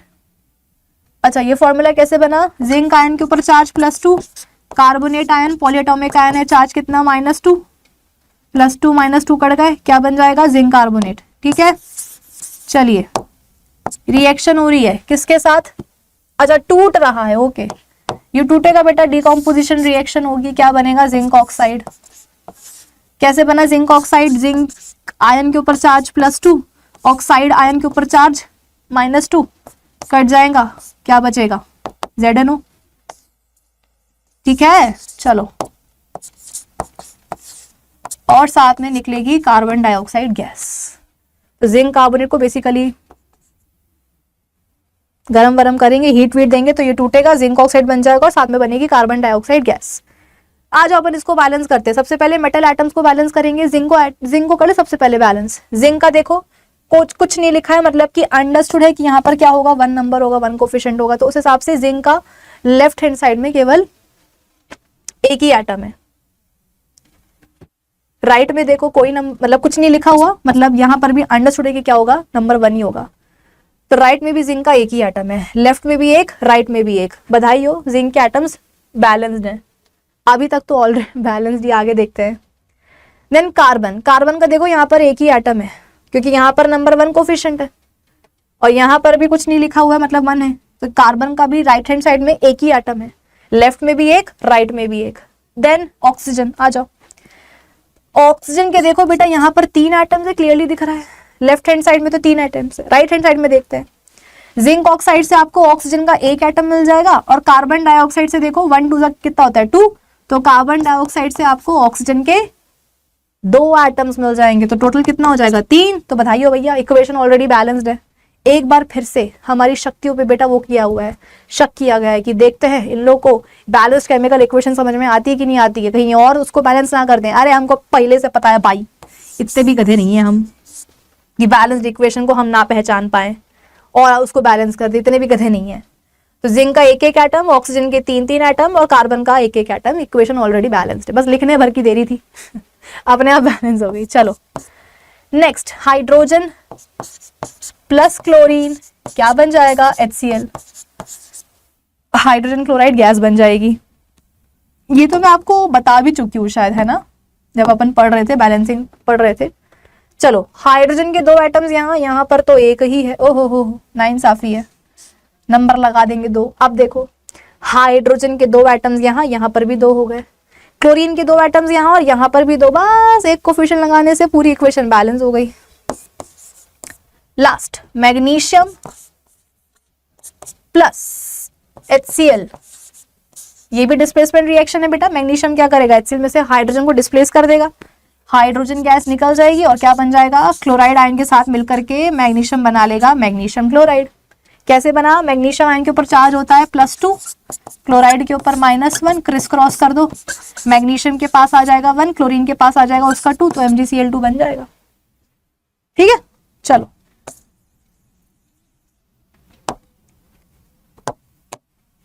मैग्नीशियम का एक एटम यहां पर भी एक ही एटम है, क्लोरीन का एक एटम यहां है, लेकिन यहां पर तो देखो दो एटम्स हैं, दो मतलब दो ही एटम्स हैं तो क्लोरीन का एक एटम यहाँ पर दो एटम्स हैं, तो बैलेंस करने के लिए क्या करेंगे, यहाँ पर हम लगा देंगे कोफिशिएंट 2, है ना।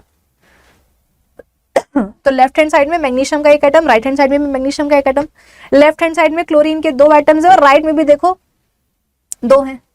लास्ट क्या बचा, हाइड्रोजन। दो कोफिशिएंट लगाने से बेटा यहाँ पर क्या हुआ है, ना सिर्फ क्लोरीन के लेफ्ट हैंड साइड में दो एटम्स हो गए, बल्कि लेफ्ट हैंड साइड में हाइड्रोजन के भी दो एटम्स हो गए हैं, और देखो राइट हैंड साइड में भी हाइड्रोजन के दो ही एटम्स हैं, यानी कि एक कोफिशिएंट लगाने से इक्वेशन अपनी पूरी हो गई बैलेंस। मैग्नीशियम का एक एक एटम, हाइड्रोजन के दो दो एटम्स और क्लोरीन के भी दो दो एटम्स। ठीक है, आगे बढ़े। ओ रुको रुको, क्या है, identify the type of reaction also. ले बोलो, तो ऊपर वाले तो बेटा मैंने आपको बताई थी, डबल डिस्प्लेसमेंट रिएक्शन है, डबल डिस्प्लेसमेंट रिएक्शन। ये दिल वाले दुनिया ले जाएंगे नहीं है बेटा, DDR मतलब कि डबल डिस्प्लेसमेंट रिएक्शन है ना। पोटेशियम और आप देख सकते हो कि बेरियम आयन के बीच में क्या हुआ है, पोजीशंस इंटरचेंज हो गई उनकी। फिर नीचे वाली सिंगल रिएक्टेंट है, अभी कुछ देर पहले मैं आपको बता रही थी, जब आपको किसी रिएक्शन में एक सिंगल रिएक्टेंट मिले जो टूट रहा हो अपने दो तीन सिंपलर फॉर्म्स में, तो वो क्या होती है, डिकम्पोजिशन रिएक्शन। ठीक है, डॉक्टर नहीं है बेटा, ये डिकम्पोजिशन रिएक्शन है। यहां पर देखो रिएक्शन के अंत में आपको एक सिंगल प्रोडक्ट बनता हुआ नजर आ रहा होगा, so this is combination reaction. Classroom नहीं है, ये कॉम्बिनेशन रिएक्शन है। और लास्ट वाली क्या है बेटा, लास्ट वाली तो डिस्प्लेसमेंट रिएक्शन है, ये भी मैंने आपको बता ही दिया था। मैग्नीशियम क्या कर रहा है, HCl में से हाइड्रोजन को डिस्प्लेस कर रहा है। ठीक है, चले आगे। हाँ, आप इसको प्रेसिपिटेशन रिएक्शन भी बोल सकते हो, इस वाली को, पहली वाली को, एंड प्रेसिपिटेशन रिएक्शन, क्योंकि देखो प्रेसिपिटेट बनेगा यहाँ पे बेरियम ब्रोमाइड का। ठीक है, चलो अब मैं थोड़ा पानी पीऊंगी जब तक तुम लोग ये वाले क्वेश्चन को देखो।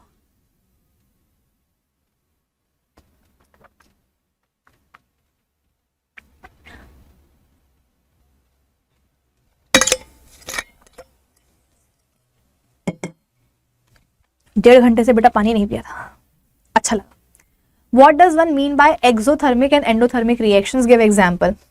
Very easy. Exothermic reactions are those जिनमें की हीट एनर्जी इवॉल्व होती है। एंडोथर्मिक रिएक्शंस आर दोज जिनमें की आपको हीट एनर्जी देनी पड़ती है। एग्जाम्पल लगा लेते हैं, देख लेते हैं। एनसीईआरटी की रिएक्शन बता दूं, एक्सोथर्मिक का एग्जाम्पल वो याद है, बीकर में एक हाथ लगा करके इंसान देख रहा है। ये कैसा हाथ है भाई, हाथ हाथ जैसा दिख नहीं रहा है, कोई बात नहीं बेटा, लो मैं अच्छे सा हाथ भी बना देती हूँ, उसमें क्या है, मेरी ड्राइंग अच्छी है। डू नॉट, ये थोड़ा सा गड़बड़ बन गया, डू नॉट जज my drawing skills, at least my drawing skills are better than you guys.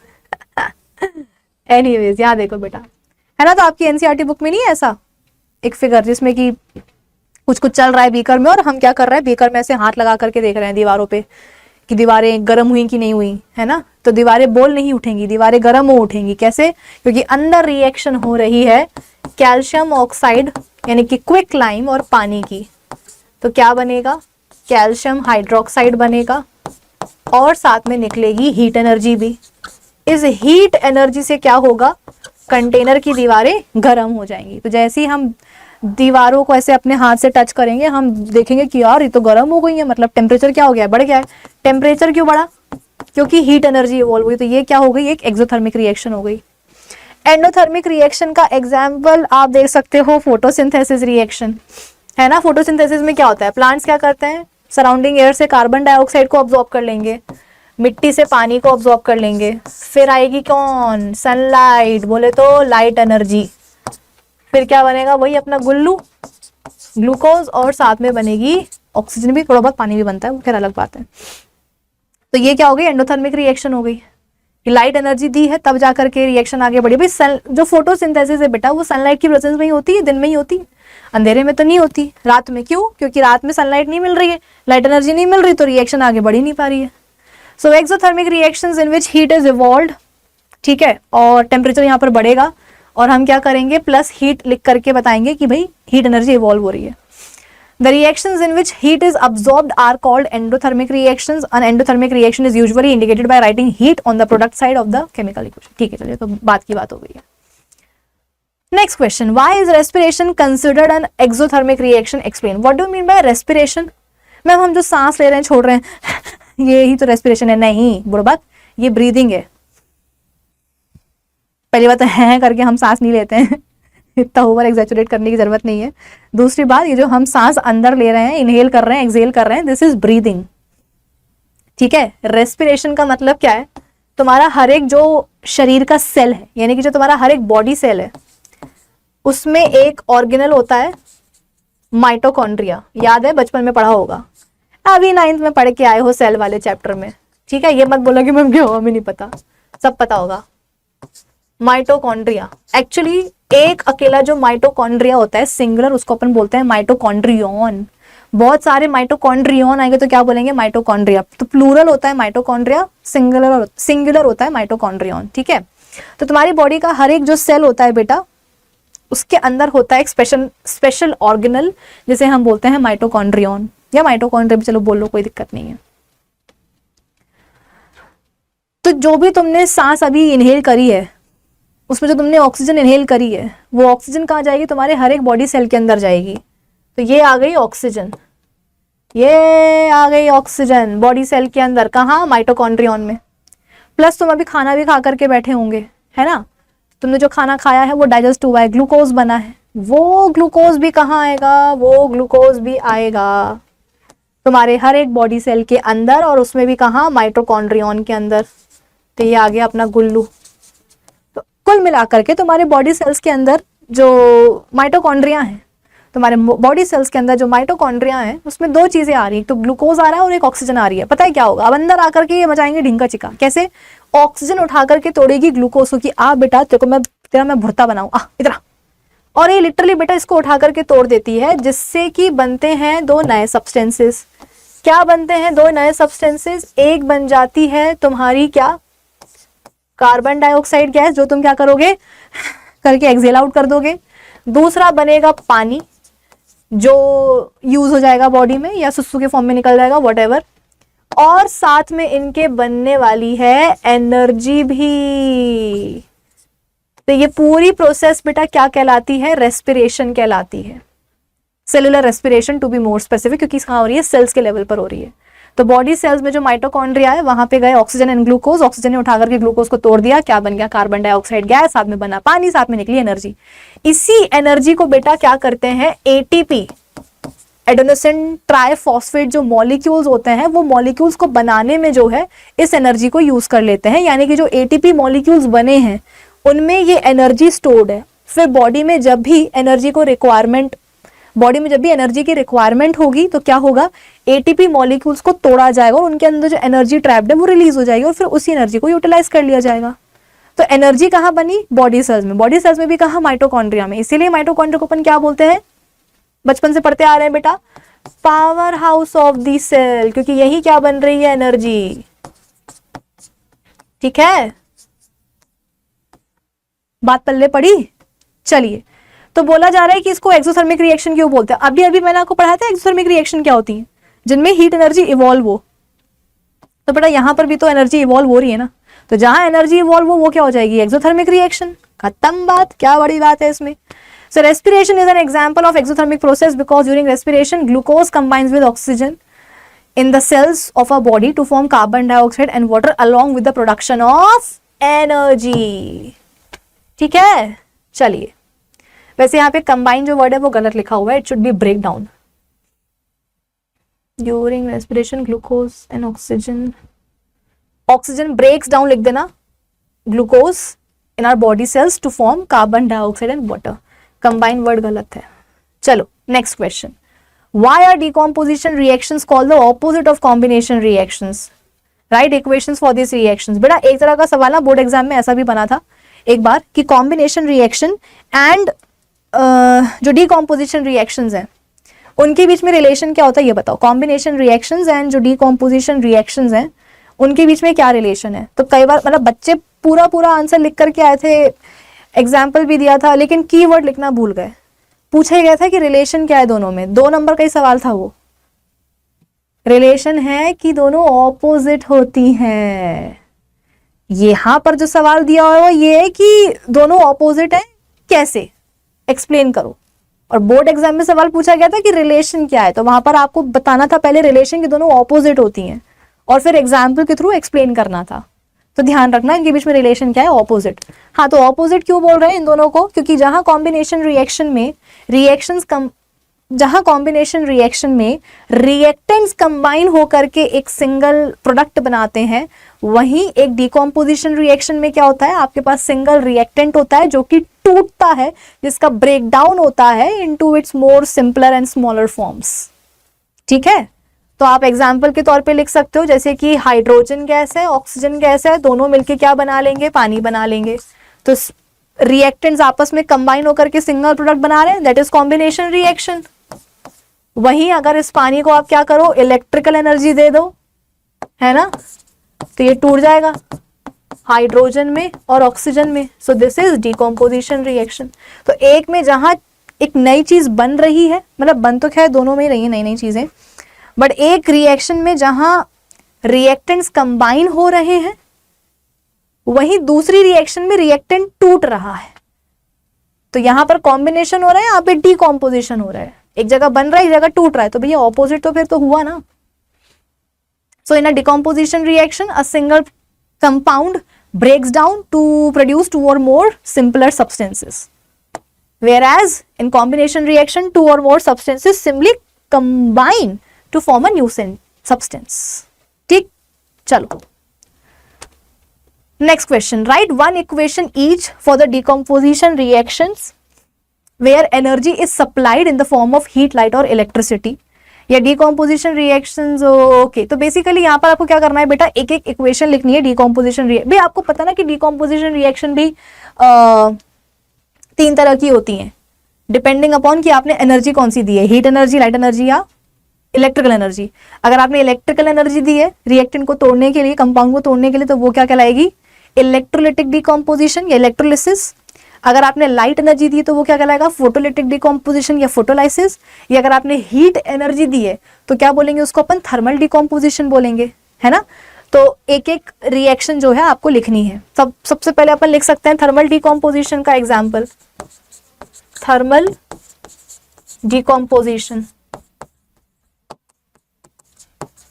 Calcium carbonate है आपके पास, यू हैव कैल्शियम कार्बोनेट, चूना गरम कर दो, उसको हीट एनर्जी दे दो, तो वो टूट जाएगा कैल्शियम ऑक्साइड में और पानी में, सॉरी कार्बन डाइऑक्साइड में।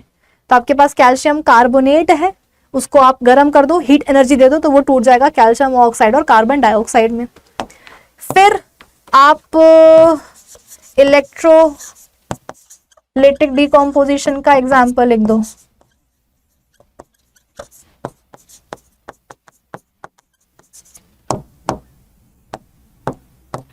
पानी में इलेक्ट्रिकल एनर्जी दे दो, करंट पास करा दो, तो वो टूट जाएगा हाइड्रोजन एंड ऑक्सीजन गैसेस में। बैलेंस भी बेटा कर लेना इसको, ठीक है। ऊपर वाली रिएक्शन तो आई गेस ऑलरेडी बैलेंस्ड है, calcium calcium, carbon carbon, oxygen, हाँ ठीक है, ऊपर वाली तो बैलेंस्ड है। लास्ट अपनी वो क्या है, photolytic decomposition. Photolytic decomposition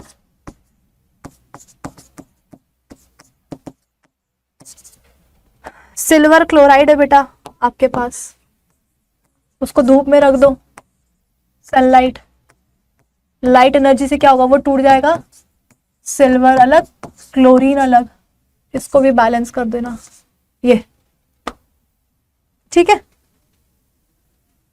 all right, तो ये अपन ने तीनों का एग्जाम्पल लिख लिया। ये देखो ये वही सब है। तीसरा वाला मैंने हाँ लिखा तो हुआ है, ठीक है। यहाँ पे सिल्वर ब्रोमाइड लिया हुआ है, अपन ने सिल्वर क्लोराइड लिया है, एक ही बात है तो सारे सिल्वर हैलाइड्स ही ना। चलो next question, what is the difference between displacement and double displacement reactions, right equations for these reactions. Difference क्या है बेटा, व्हाट इज द डिफरेंस, एक ही डिफरेंस पूछा गया है, ये नहीं कि पूरी कहानी लिख करके आ जाओ, तुम्हें कौन सा वैसे भी ज्यादा डिफरेंसेस पता है। एनीवेज, सिंगल डिस्प्लेसमेंट रिएक्शन में जहां एक more reactive element less reactive element को डिस्प्लेस कर देता है उसी के कंपाउंड या उसी के सॉल्ट सोल्यूशन से, वहीं एक डबल डिस्प्लेसमेंट रिएक्शन में क्या होता है, सिंपली दो कंपाउंड्स के आयंस के बीच में उनकी पोजीशंस एक्सचेंज हो जाती हैं। जैसे कि मैग्नीशियम की रिएक्शन हो रही है सिल्वर नाइट्रेट के साथ, तो magnesium being more reactive than silver, उसी को उसके सॉल्ट सोल्यूशन या कंपाउंड में से क्या करेगा, डिस्प्लेस कर देगा और वहां पे जाकर के बैठ जाएगा, तो क्या बना लेगा, मैग्नीशियम नाइट्रेट बना लेगा और सिल्वर हो जाएगा बेघर। वहीं डबल डिस्प्लेसमेंट रिएक्शन में क्या होगा, आपके पास बेरियम क्लोराइड और सोडियम सल्फेट के एक्वस सॉल्यूशंस हैं अलग अलग, मतलब दोनों को आपने पानी में घोला हुआ है अलग अलग, दो टेस्ट ट्यूब ली आपने, एक में आपने पानी डाल, मतलब दो टेस्ट ट्यूब ली आपने, दोनों में आपने डाल दिया पानी, एक टेस्ट ट्यूब में आपने डाला बेरियम क्लोराइड, दूसरे में डाला सोडियम सल्फेट, तो आपके पास क्या आ गए, एक्वस सॉल्यूशंस आ गए barium chloride and sodium sulphate solutions के। ठीक है, दोनों को आपने मिक्स कर दिया, अब क्या होगा, सोडियम आयन आ जाएगा बेरियम आयन की जगह पे, बेरियम आयन आ जाएगा सोडियम आयन की जगह पे। तो जब ये इसकी जगह पे आएगा तो क्लोराइड के साथ मिलकर क्या बना लेगा, सोडियम क्लोराइड, और जब बेरियम आएगा सोडियम आयन की जगह पे तो सल्फेट आयन के साथ मिलकर क्या बना लेगा, बेरियम सल्फेट बना लेगा, जो कि होता है व्हाइट प्रेसिपिटेट। ठीक है, तो दिस इज डबल डिस्प्लेसमेंट की यहाँ पर सिंपल क्या हो रहा है, दो आयनिक कंपाउंड्स के एक्वस सॉल्यूशन को जब हमने मिक्स किया तो आयंस की पोजीशंस जो हैं इंटरचेंज हो गई, that's it. So in displacement reactions a more reactive, not only metal, क्योंकि बेटा जो सिंगल डिस्प्लेसमेंट रिएक्शन है ना वो नॉन मेटल्स में भी देखने को मिलती है। जैसे कि मान लो कि पोटेशियम ब्रोमाइड है और इसकी रिएक्शन हो रही है क्लोरीन के साथ, तो हैलाइड्स की रिएक्टिविटी सीरीज में आपको बता चुकी हूं, सबसे ज्यादा रिएक्टिव फ्लोरीन, उससे कम क्लोरीन, उससे कम ब्रोमीन और सबसे कम आयोडीन। ठीक है, तो हाँ, तो क्या होता है कि क्योंकि क्लोरीन ज्यादा रिएक्टिव है आयोडीन से, तो वो क्या करेगा, इसको जाकर के डिस्प्लेस कर देगा और खुद पोटेशियम आयन के साथ मिल करके क्या करेगा, पोटेशियम क्लोराइड बना लेगा और आयोडीन हो जाएगा बेघर। तो chlorine being more reactive than iodine, उसी को डिस्प्लेस कर देगा उसके ही कंपाउंड से और क्या बना लेगा, पोटेशियम क्लोराइड और आयोडीन हो जाएगा बेघर। तो जरूरी नहीं कि यहाँ पे सिर्फ आप मेटल ही लिखो, नॉन मेटल भी लिख सकते हो, या मतलब एलिमेंट लिख दो बेसिकली। सो इन displacement reaction more reactive element less reactive element को उसी के सोल्यूशन में से डिस्प्लेस कर देता है। एग्जाम्पल यहाँ पे लिया हुआ है आयरन और कॉपर सल्फेट का, iron being more reactive than copper, copper sulphate में से कॉपर को डिस्प्लेस कर देगा और ये आयरन जो है सल्फेट के साथ मिल करके क्या करेगा, फेरस सल्फेट बना लेगा। In double displacement reactions to reactants in solution exchange there ions की पोजीशंस क्या हो रही है, इंटरचेंज हो रही है। सिल्वर नाइट्रेट और सोडियम क्लोराइड का यहाँ पर एग्जांपल है, दोनों के एक्वस सॉल्यूशन है, दोनों को मिक्स कर दिया है, तो सोडियम आयन आ जाएगा सिल्वर आयन की जगह पे और सोडियम आयन की जगह पे आ जाएगा सिल्वर आयन, तो क्या बन जाएगा, silver chloride and sodium nitrate. ठीक, next question, in the refining of silver the recovery of silver from silver nitrate solution involve the displacement by copper metal, right down the reaction involve. क्या बोला जा रहा है, silver की refining में हम क्या करते हैं, सिल्वर की रिकवरी के लिए सिल्वर नाइट्रेट सोल्यूशन, अब सिल्वर नाइट्रेट सोल्यूशन क्या होगा, AgNO3, इसकी रिएक्शन होती है किसके साथ, कॉपर मेटल के साथ। तो कॉपर आपको पता है रिएक्टिविटी सीरीज में कहाँ आता है, सिल्वर के, वैसे देखा जाए तो कॉपर और सिल्वर दोनों ही नीचे आ रहे हैं, लेकिन कॉपर जो है सिल्वर के तो ऊपर ही आ रहा है, तो कॉपर ज्यादा रिएक्टिव है सिल्वर से, तो क्या करेगा वो, जैसे ही देखेगा अरे सिल्वर नाइट्रेट में तो सिल्वर है, लेस रिएक्टिव है मुझसे, क्या मजाल कि मेरे सामने कंपाउंड बना के बैठा हुआ है, ये जाएगा और इसको मुक्का मार के यहां से भगा देगा और खुद उसकी जगह पे जाके बैठ जाएगा और क्या बना लेगा, कॉपर नाइट्रेट, और सिल्वर हो जाएगा बेघर। तो रिएक्शन आपसे पूछी गई थी तो हमने रिएक्शन लिख दी है। ठीक है, ये लो।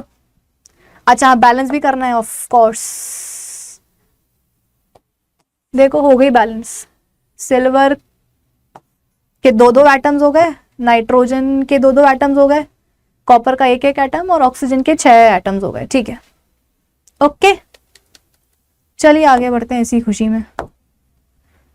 What do you mean by precipitation reaction? Explain by giving example। बेटा वो रिएक्शन जिसमें कि प्रेसिपिटेट बन जाए उसी को बोलेंगे प्रेसिपिटेशन रिएक्शन। जनरली जो अपनी डिस्प्लेसमेंट रिएक्शंस होती हैं वो प्रेसिपिटेशन रिएक्शंस भी होती हैं।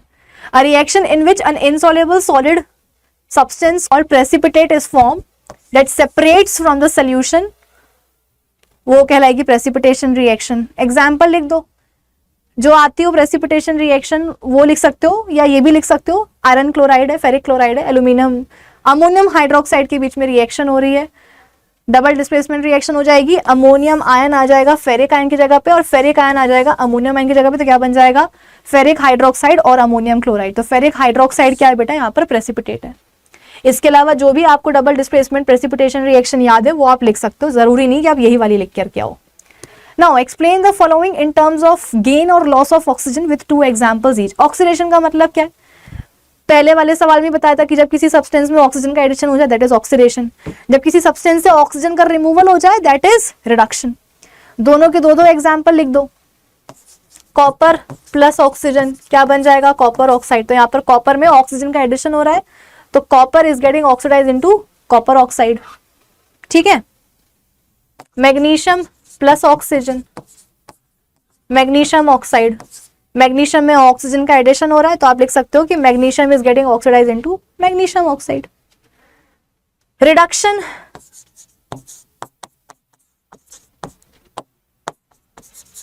ये लो रिडक्शन का एग्जांपल क्या करा है, जो कॉपर ऑक्साइड यहां बना था ना बेटा उसके ऊपर से हाइड्रोजन गैस पास करवा ली है तो क्या होगा, ऑक्सीजन यहां से उचक करके आ जाएगी हाइड्रोजन के साथ, तो क्या बन जाएगा पानी और कॉपर हो जाएगा बेघर।